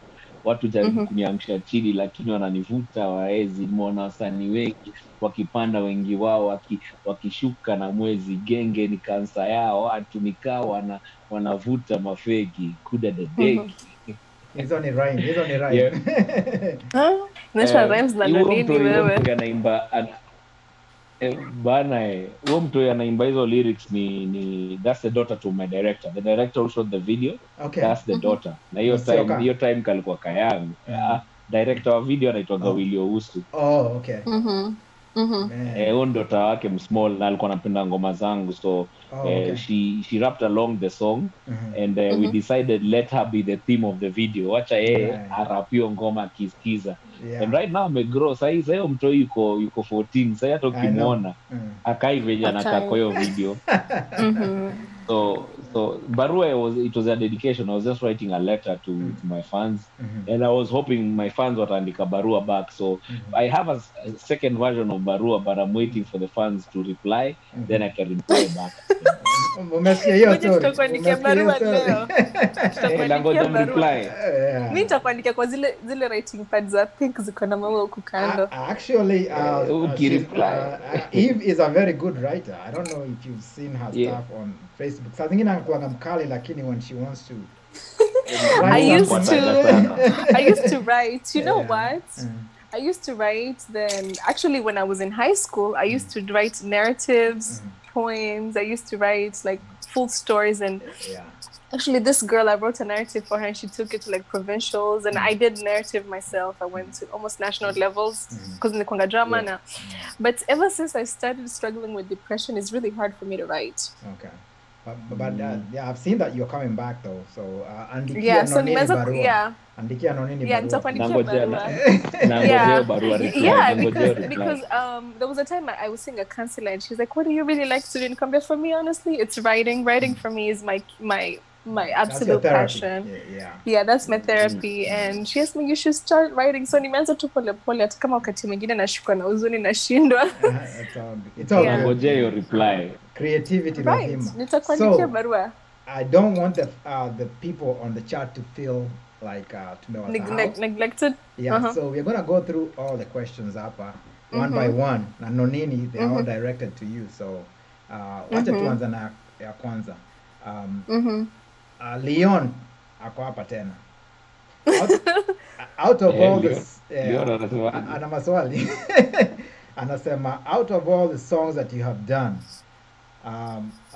which are many, ni mob, which song is your favorite in terms of production, value, lyrics, and messaging, and why?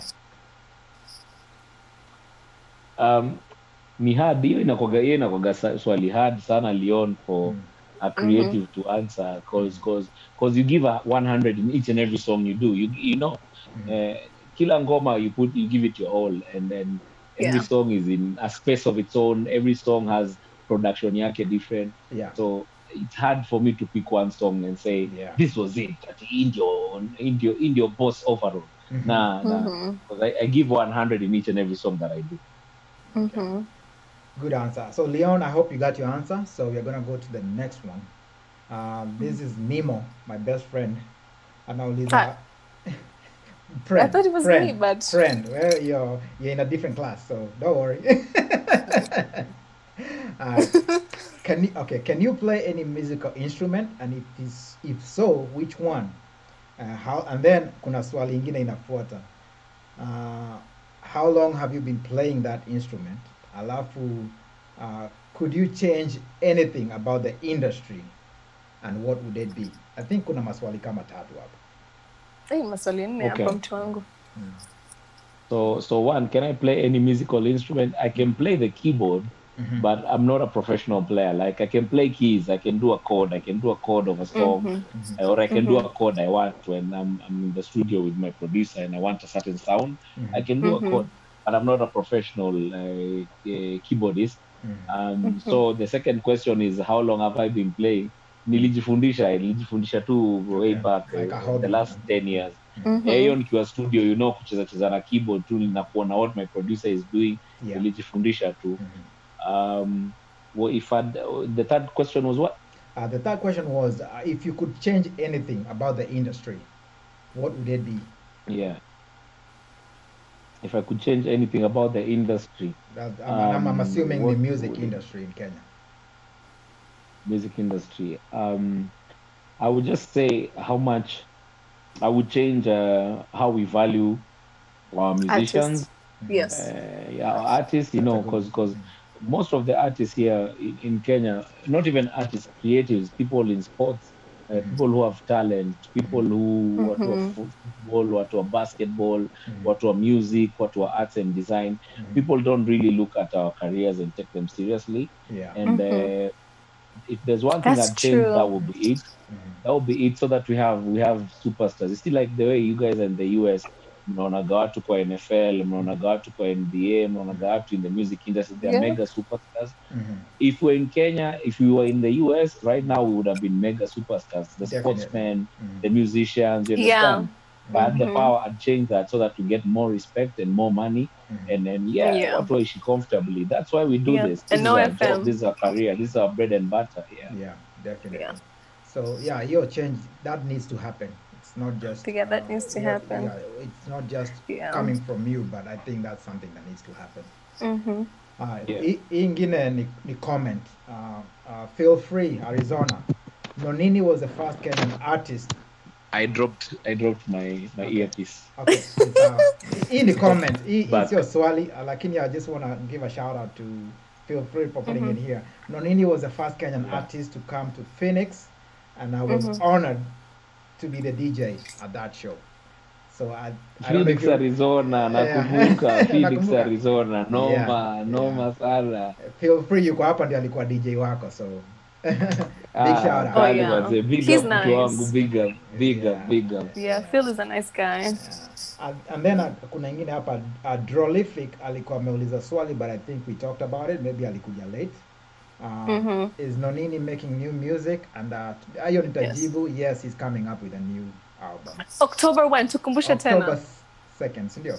Second, October birthday 2nd. mgenge true. Birthday Yeah. mgenge Yes. true. Yeah. Yes. And where are you going to surprise us? YouTube, Facebook, Instagram, what? Everywhere, all digital Everywhere. platforms. Yeah. Okay, that's good. So that's answered. So let's see if we have a okay. Pablo anauliza, has Nonini worked with any international artists?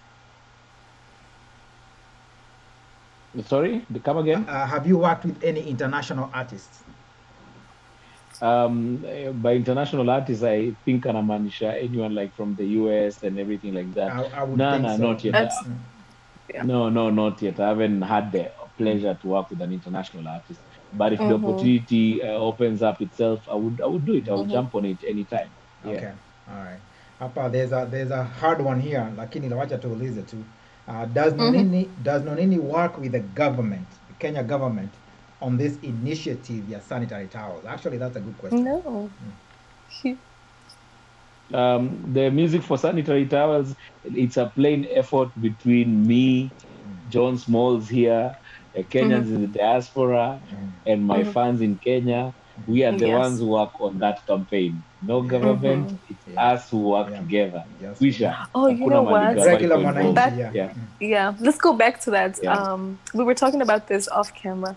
The merchandise that you sell, I know you sell masks, hoodies, hats. I forget Yeah, what else. yeah. Those the proceedings also go to music for sanitary towels, right? Yes, there's the mask. Kuna hizo mask zangu za mgenge true. Yes. So we have an offer where if somebody buys 2 of them, we donate one.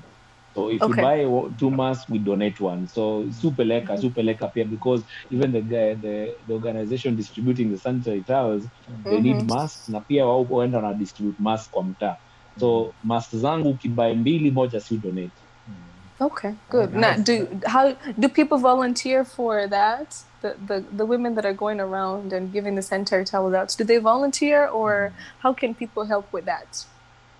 Yes, some are volunteers, but right now, because of the COVID situation, they have to be from a registered organization that operates on ground, because government is not allowing just anybody to go out to the community. Kuna mambo ya self-distancing. So you have to be like the way I said, I'm working with Shining Hope for Communities. So they have people who go on ground and they volunteer in that organization, and they are registered. So that's how you're allowed to distribute. Yes. That's good. That's good. Sasa hapa kuna swali lingine imeulizwa. Nonini was also an official at camp KAMP, Kenya Association of Music Producers. How did they address issues of licensing and royalties distribution? Okay. One, I'll correct that question. I was never a director at camp. Okay. So that's a correction. Yeah, I was a director at PRIS, Performance Rights Society of Kenya. Okay. All right. So okay. Yes. So how did we what? What's the question again? The question was how did they address issues on licensing and royalties distribution? Oh, so when I was a director, we were trying to pass a policy where we can bring expenses down, because in Kenya there are 3 CMOs. They're called collecting management organizations that collect royalties for musicians. So one is Music Corporate Society of Kenya, which is the MCSK. Second is the one that is mentioned, CAMP, which is the Kenya Association of Music Producer. Right. And the third one is PRISC, which was the Performance Rights Society of Kenya. Okay. So most of these societies have independent administrations, they have independent CEOs, they have independent agents, and they're collecting money for artists around Kenya. So one thing we really, really strive for is to make sure they operate under one body, so that kama ni CEO wako na CEO moja, so that they shrink the admin, so that we don't spend expenses of musicians. Right. And our efforts were able to bear fruits, because currently, as we speak, licensing is done by the 3 of them. We were able to pave way. Instead of getting different licenses from each organization independently, now you get one license that has CAMP, that has PRISC, and that has MCSK. Okay. Yeah. All right. Over and above that, when I was a director in the society with Nameless, with Daddy Owen, and other directors like Ian Bugwa, we made sure we didn't pay ourselves like extreme sitting allowances. Right. One of those associations has directors being paid over 100,000 for sitting allowance. Oh, wow. Then the directors are doing meetings every day so that they get paid. We decided as musicians we won't take anything more than 15,000 Kenya shillings as a sitting allowance, and also we capped the number of meetings we're gonna do every quarter. You get? Okay. So that we keep the expenses down and more money goes to the musicians. So a couple of things we tried to do here and there to change, but it's a tough thing to change, because directors are voted in by musicians, right? And musicians are manipulated, and most of the musicians in the CMOs, some of them are not even musicians. Some of them are just people who are being placed there so that they can be able to vote in whoever they need to vote in. You get? So there are many challenges, but I decided to step down from being a director at the CMOs, and currently I'm a chairman of an umbrella body for the creative sector. It's called Creative Society of Kenya. Okay. I sit there as the chairman, and Creative Society of Kenya is the umbrella body for film, for music, for IT, for gaming, for fashion, for design. So basically, I'm the watchdog. I can go watch over PRISC and CAMP and MCSK, because if there's any problem, the members come to report it at CSK, and then we talk to the government. Nice. Oh, okay. Cool. All right. I hope Nonini was able to answer that question the way you. Yeah. So I'll read the last one, and then we're gonna play another song. Okay. This one is from Drolific. Nonini, you as a big artist in Kenya, what has prevented you from getting big endorsements like Safaricom, Airtel, Coca-Cola, and all that? Can you please tell us? But nothing. I don't think anything has prevented me from getting those endorsements. Last year, but one, I was the brand ambassador for Safaricom. I remember. Yeah. Yes, and then currently I'm still working with Safaricom. Yeah. I do a lot of endorsements with them. Yeah. So nothing has prevented me. Yeah. I wanted you to answer that question. Najua, I know that stuff. Like, it's good that. Yeah, but it took me time. It took me time to understand why it was hard for corporates to work with a brand like mine. So I had to adjust things here and there. And it's the thing we're talking with Eve, I had to tweak things here and there. Yeah, you have to adapt to your certain to your surroundings. Siwezi ruka Kenye mdosi anataka unafanya. Mdosi akisema anataka hivi unatii. Definitely. Because he pays he signs a paycheck at the end of the day. You know. Yeah. Kuna swali moja siwezi ruka hapa. I think this is a fun one. Sami, si unamjua? Oh, Sami cute. Yeah, he's asking cute. A little play after work. What's your favorite beer? My favorite beer. Ile beer unakunywanga. What's your favorite? Maybe anajaribu kuswitch mabia. I don't think unakunywanga nini? I guess you can say favorite drink. I'm just a social I'm a social drinker. Na plus I don't mention what I drink in public. Wamelipia. Yeah. No endorsements hapa. Yeah, right. That's a good answer. I have a question for you. Yeah. Are you open to mentor upcoming artists? And if you are, what are you looking for before you decide to mentor somebody? That has always been my MO. I always mentor people. And to me is passion. Your passion. Forget talent. A lot of artists come to you like, niko na talent, mtu wangu niko na talent. I don't care. You can have 2% of talent. But are you dedicated? Do you have passion? Are you a person who's responsible? Do you have discipline? Those are the things I look at. If you're disciplined, then I can work with you. Yeah, discipline is everything. 90% talent and you don't have discipline, I won't even bother with you because hakuna mali tutaenda. But unaweza kuwa na 2% talent but you have discipline, we can grow together. Yeah. And I remember Nonini started mentoring a long time ago. If you remember, if you know, P Unit was mentored by Nonini. Yeah. If I'm not wrong. Do you know how long it took for me to understand one of their songs? Nilika, like I was listening to it the other day, and that's when I realized in you guy wanasemanga miniko area kama length times width. That's when I realized, oh, that's the formula for area, length times width. But we are not here to talk about Then my friend was like, yeah, Eve, you're slow. When it comes to genge, you're slow. So I'm not slow, I just don't speak Swahili a lot. Yeah, hii show haiwezi isha na naona time inaenda kama hatujacheza hii song. This song is an anthem. Hii song inaitwa Anthem na Wakenya wote. Kama hujaisikia hii wimbo, I don't know what you're doing as a Kenyan. You need to. Wesi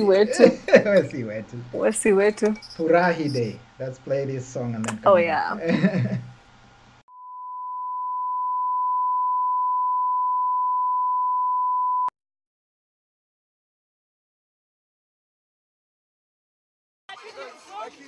I can't hear the music.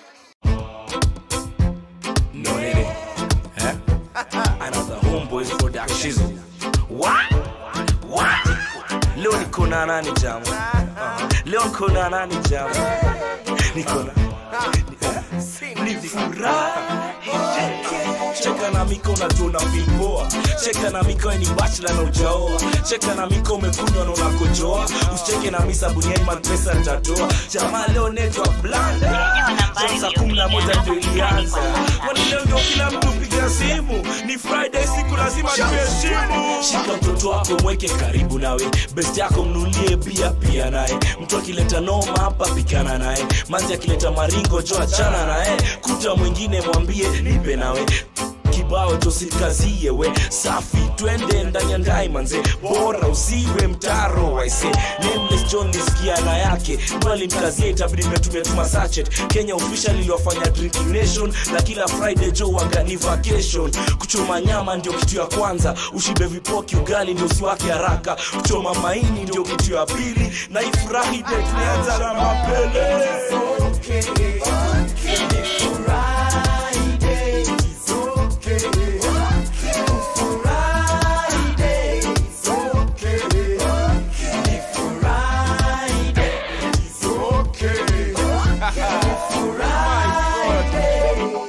Ni kama saa 10 jioni, kuna kitu inasumbua rohoni. Niko job, niko ndani ya ofisi, and I'm feeling kind of uneasy.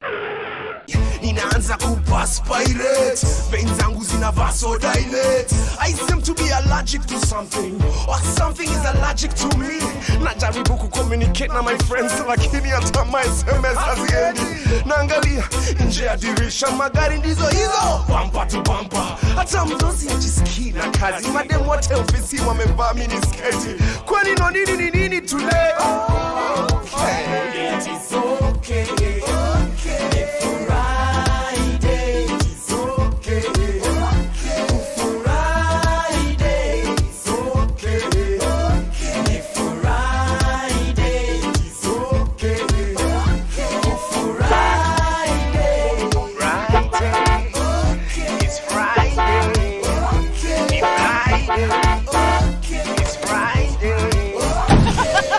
Inaanza kutubamba saa ngapi na mamanzi ni wanaleta kawa ngapi, ukikamnale matwiz mambo safi, nyundo leo inashikana na makabati. Friday kabla nitoke lazima nimevaa jo, uwezi tunaweza mbukia manzi jo, na manzi wapatikani kwa bajo, tumu na pleta chukua mseti jo, jibanze na utsunde nayo kwacho, na ikata kwenda maji tu kwando, cruising kwa gari na kutia Koinange, kula na macho tu mzee unaonaje, usione vile watoto wagamejirembesha, na kwa klabu wanaume ndio hao wanachekesha. Friday kufanyika joga zinanishangaza, wasichana kwanza vile waga wanazisambaza, lakini hakuna shida ni Friday tena, sawa shida zako zote ni waanze kucheka, leo tunarukia ikubale hapana cha kuteta, bora tu mfukoni tu jana mapesa. It is okay, okay. Ni Friday, it is okay, okay. Friday, it's okay, okay. Ni Friday, it's okay, okay. Ni Friday, it's okay, okay. Ni Friday, it's okay,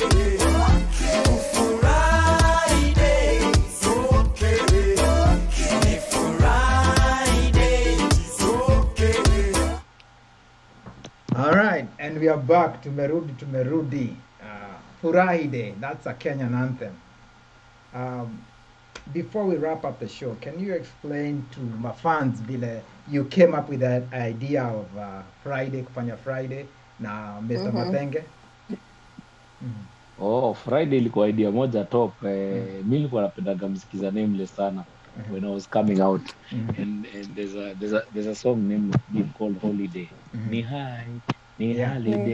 Yeah, that was kila mtu katika na kila mtu furaha.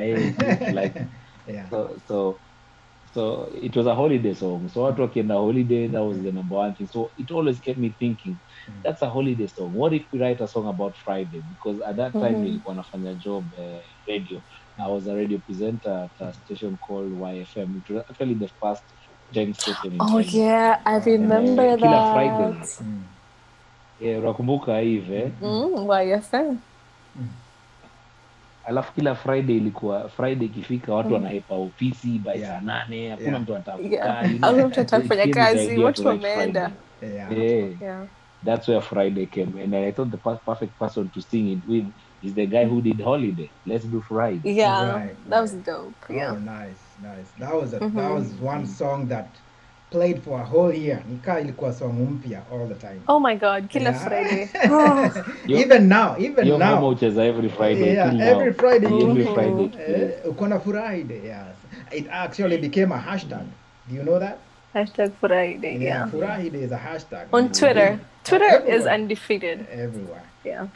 So, Manze Nonini, Manze, I know you have to wrap up. It's been 2 hours now, Manze. Yes. We really It's appreciate 3 a.m. man. It's 3 a.m. He has to go sleep. You need to go get some sleep. Yeah. Thank you so Time much ya for staying up wachawi, with us. time ya Yeah. wachawi. Next time it's more like Thank you ikuliza for having me. unakataa. Shukran.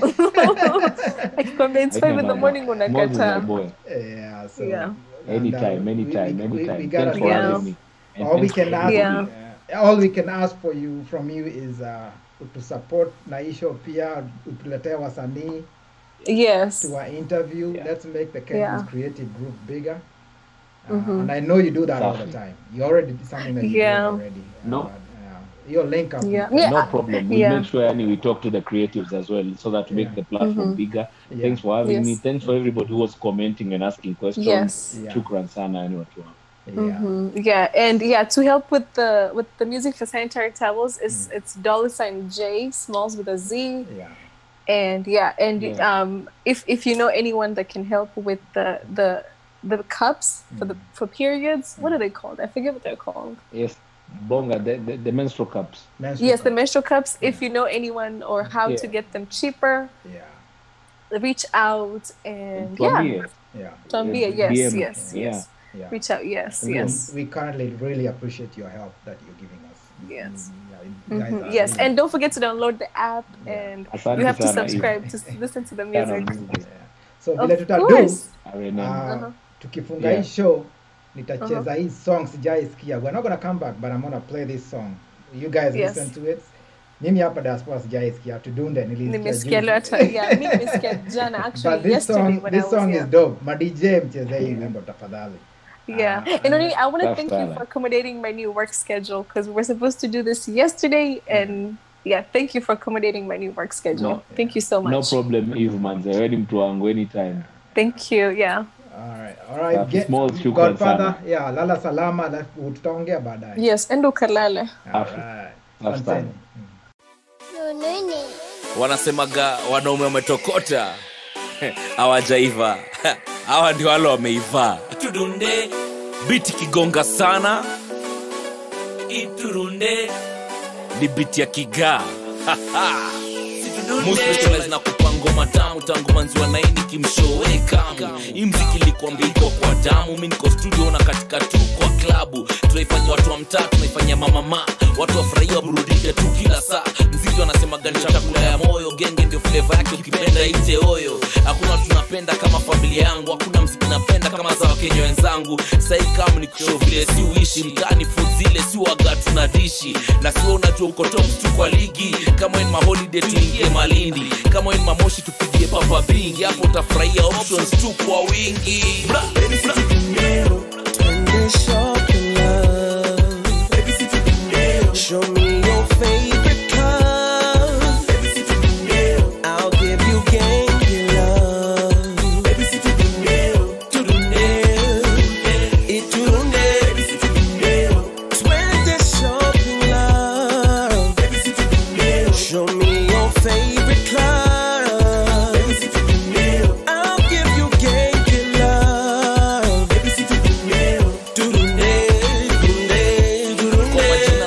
Genge true ukipenda na kuita my baby boo. Silikuambia hapo options kibao. By the way million the real mopao. Ile mtu gro katikati Forest Congo. Wanaume kumbe wazunguke mshikana mkono. Minge like ukiniambia zako zote siri. Katumetulia keja tukiwatch ma series. Hapa ndio weekend si ushikisha. Hapa ndio mapenzi imetufikisha. Pale ndio wale upenda kusengenya. Usiwa mind hao ndio tunapenda. Na ngoma nimeandika sababu na kuhusu. Baadaye nikweke kwa video wilio usu. Makeup kali, sura imekubali. Nguo mwili wazili mtoto wa kibabe. When there's shopping love. Show me your favorite club. I'll give you gangy love.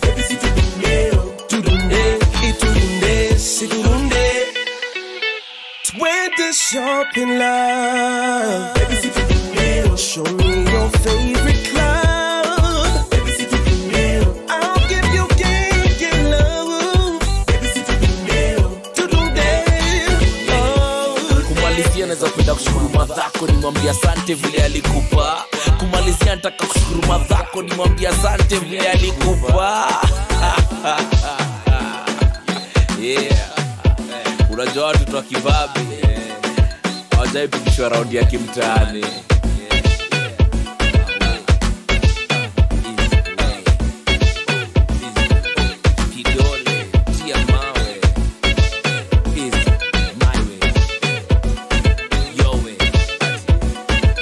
Sit down there. 20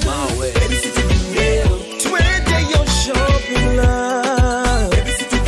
Show me your favorite club. I'll give you gangy love. Baby, sit down there. Oh,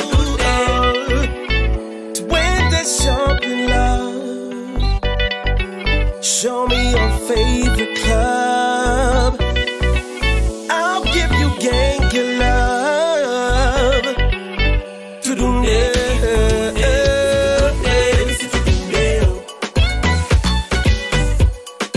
Baby, sit down there. Baby, sit down there.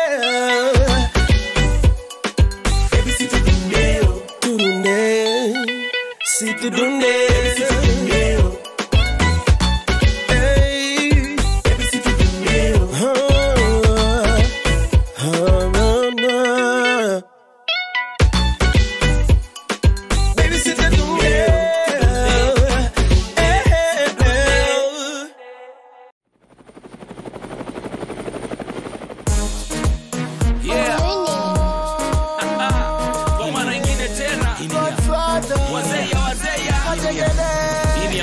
Wanakumkandiwa mkonda motivation nilipa Johnny Square mkora. Wazee walisishwa kusikiza wekamu, kusunda kwa room na kuisikiza tu kwa hamu. Maninja wangu walibambika na keroro, shukuru liacha tu hizi teiza vichochoro. Mamanzi wanai wale walikuwa na mahanga, bado wamezimaintain kiuno squeeze tuma ushanga. Watu wangu watu wote wa mashenani, wagenge true tena ile tu ya ndani. Wamadha walinipenda tu chini ya maji, wanamezea malisi upatana tu chini ya mnazi. Mwadwanzi wote walidharau kipaji, shukra nyingi ndio mkanipa tu hii kazi. Wajeshi wote wale waliamini uboe, waonyesheni genge vile zuwe njoo. Hili ya wale wanategekanga, hili ya wale wanapandisa, hili ya wale wanashow some love, kama wanda magere, hili ya wagenge, hili ya wale wanategekanga, hili ya wale wanapandisa, hili ya wale wanashow some love, kama wanda magere. Ini ya madijo na feel tu ngoma zetu. Playlist ni Kenya proud na kikwetu. Exclusive drops na kwambia zita come through. Pamoja industry itapanda tu juu. Presenters wanajua kuhype tu msanii, najua tofauti ya nani mgani na wagani. Video directors wa Kenya tu wa deadly, atuachili na pande ya budget si tuko ready. Maproducer sasa na veterans wa kitambo, big up tungangane sound tu ingare ngambo. Promoters kutoa poa tu maganji na kaufiki besho yako hatutaki. Wabongo wanamezea tu Godfather, tuko pamoja sela bado tunakaza. Waganda inatukamata kabalagala, bata sisi twala Nairobi tunyopa. Hili ya wale wanategekanga, hili ya wale wanapandisanga, hili ya wale wanashow some love, kama wanda magere, hili ya wagenge, hili ya wale wanategekanga, hili ya wale wanapandisanga, hili ya wale wanashow some love, kama wanda magere. Ini ya genge wote waleweko majuu, bado wana hold down to 5-4 to be true. Wasani mapkami wanapiga bidii, sound ni track nasikia mnapiga squeezy. Ini ya marapo wanapenda tu kujichocha, black bitches na beat ni ya musioka. Ini ya genge wanapenda bako soka, tunapiga charity rosafi na tujokoka. Ini ya mamanzi wanajibamba kwa klabu, wararukie genge bila tabu. Mapatna kadhaa tu wa kibiashara na washukuru kuleta tu hii mshahara. Ini ya wale wasupo safi pale kando, wako clean every day kimavado. Wanati wangu watu wa doti family, mgenge gani alikuwa noti kama mimi. Hili ya wale wanategekanga, hili ya wale wanapandisanga, hili ya wale wanashow some love, kama wanda magere, hili ya wagenge, hili ya wale wanategekanga, hili ya wale wanapandisanga, hili ya wale wanashow some love, kama wanda magere, hili ya wagenge, wanategekanga, wanapandisanga.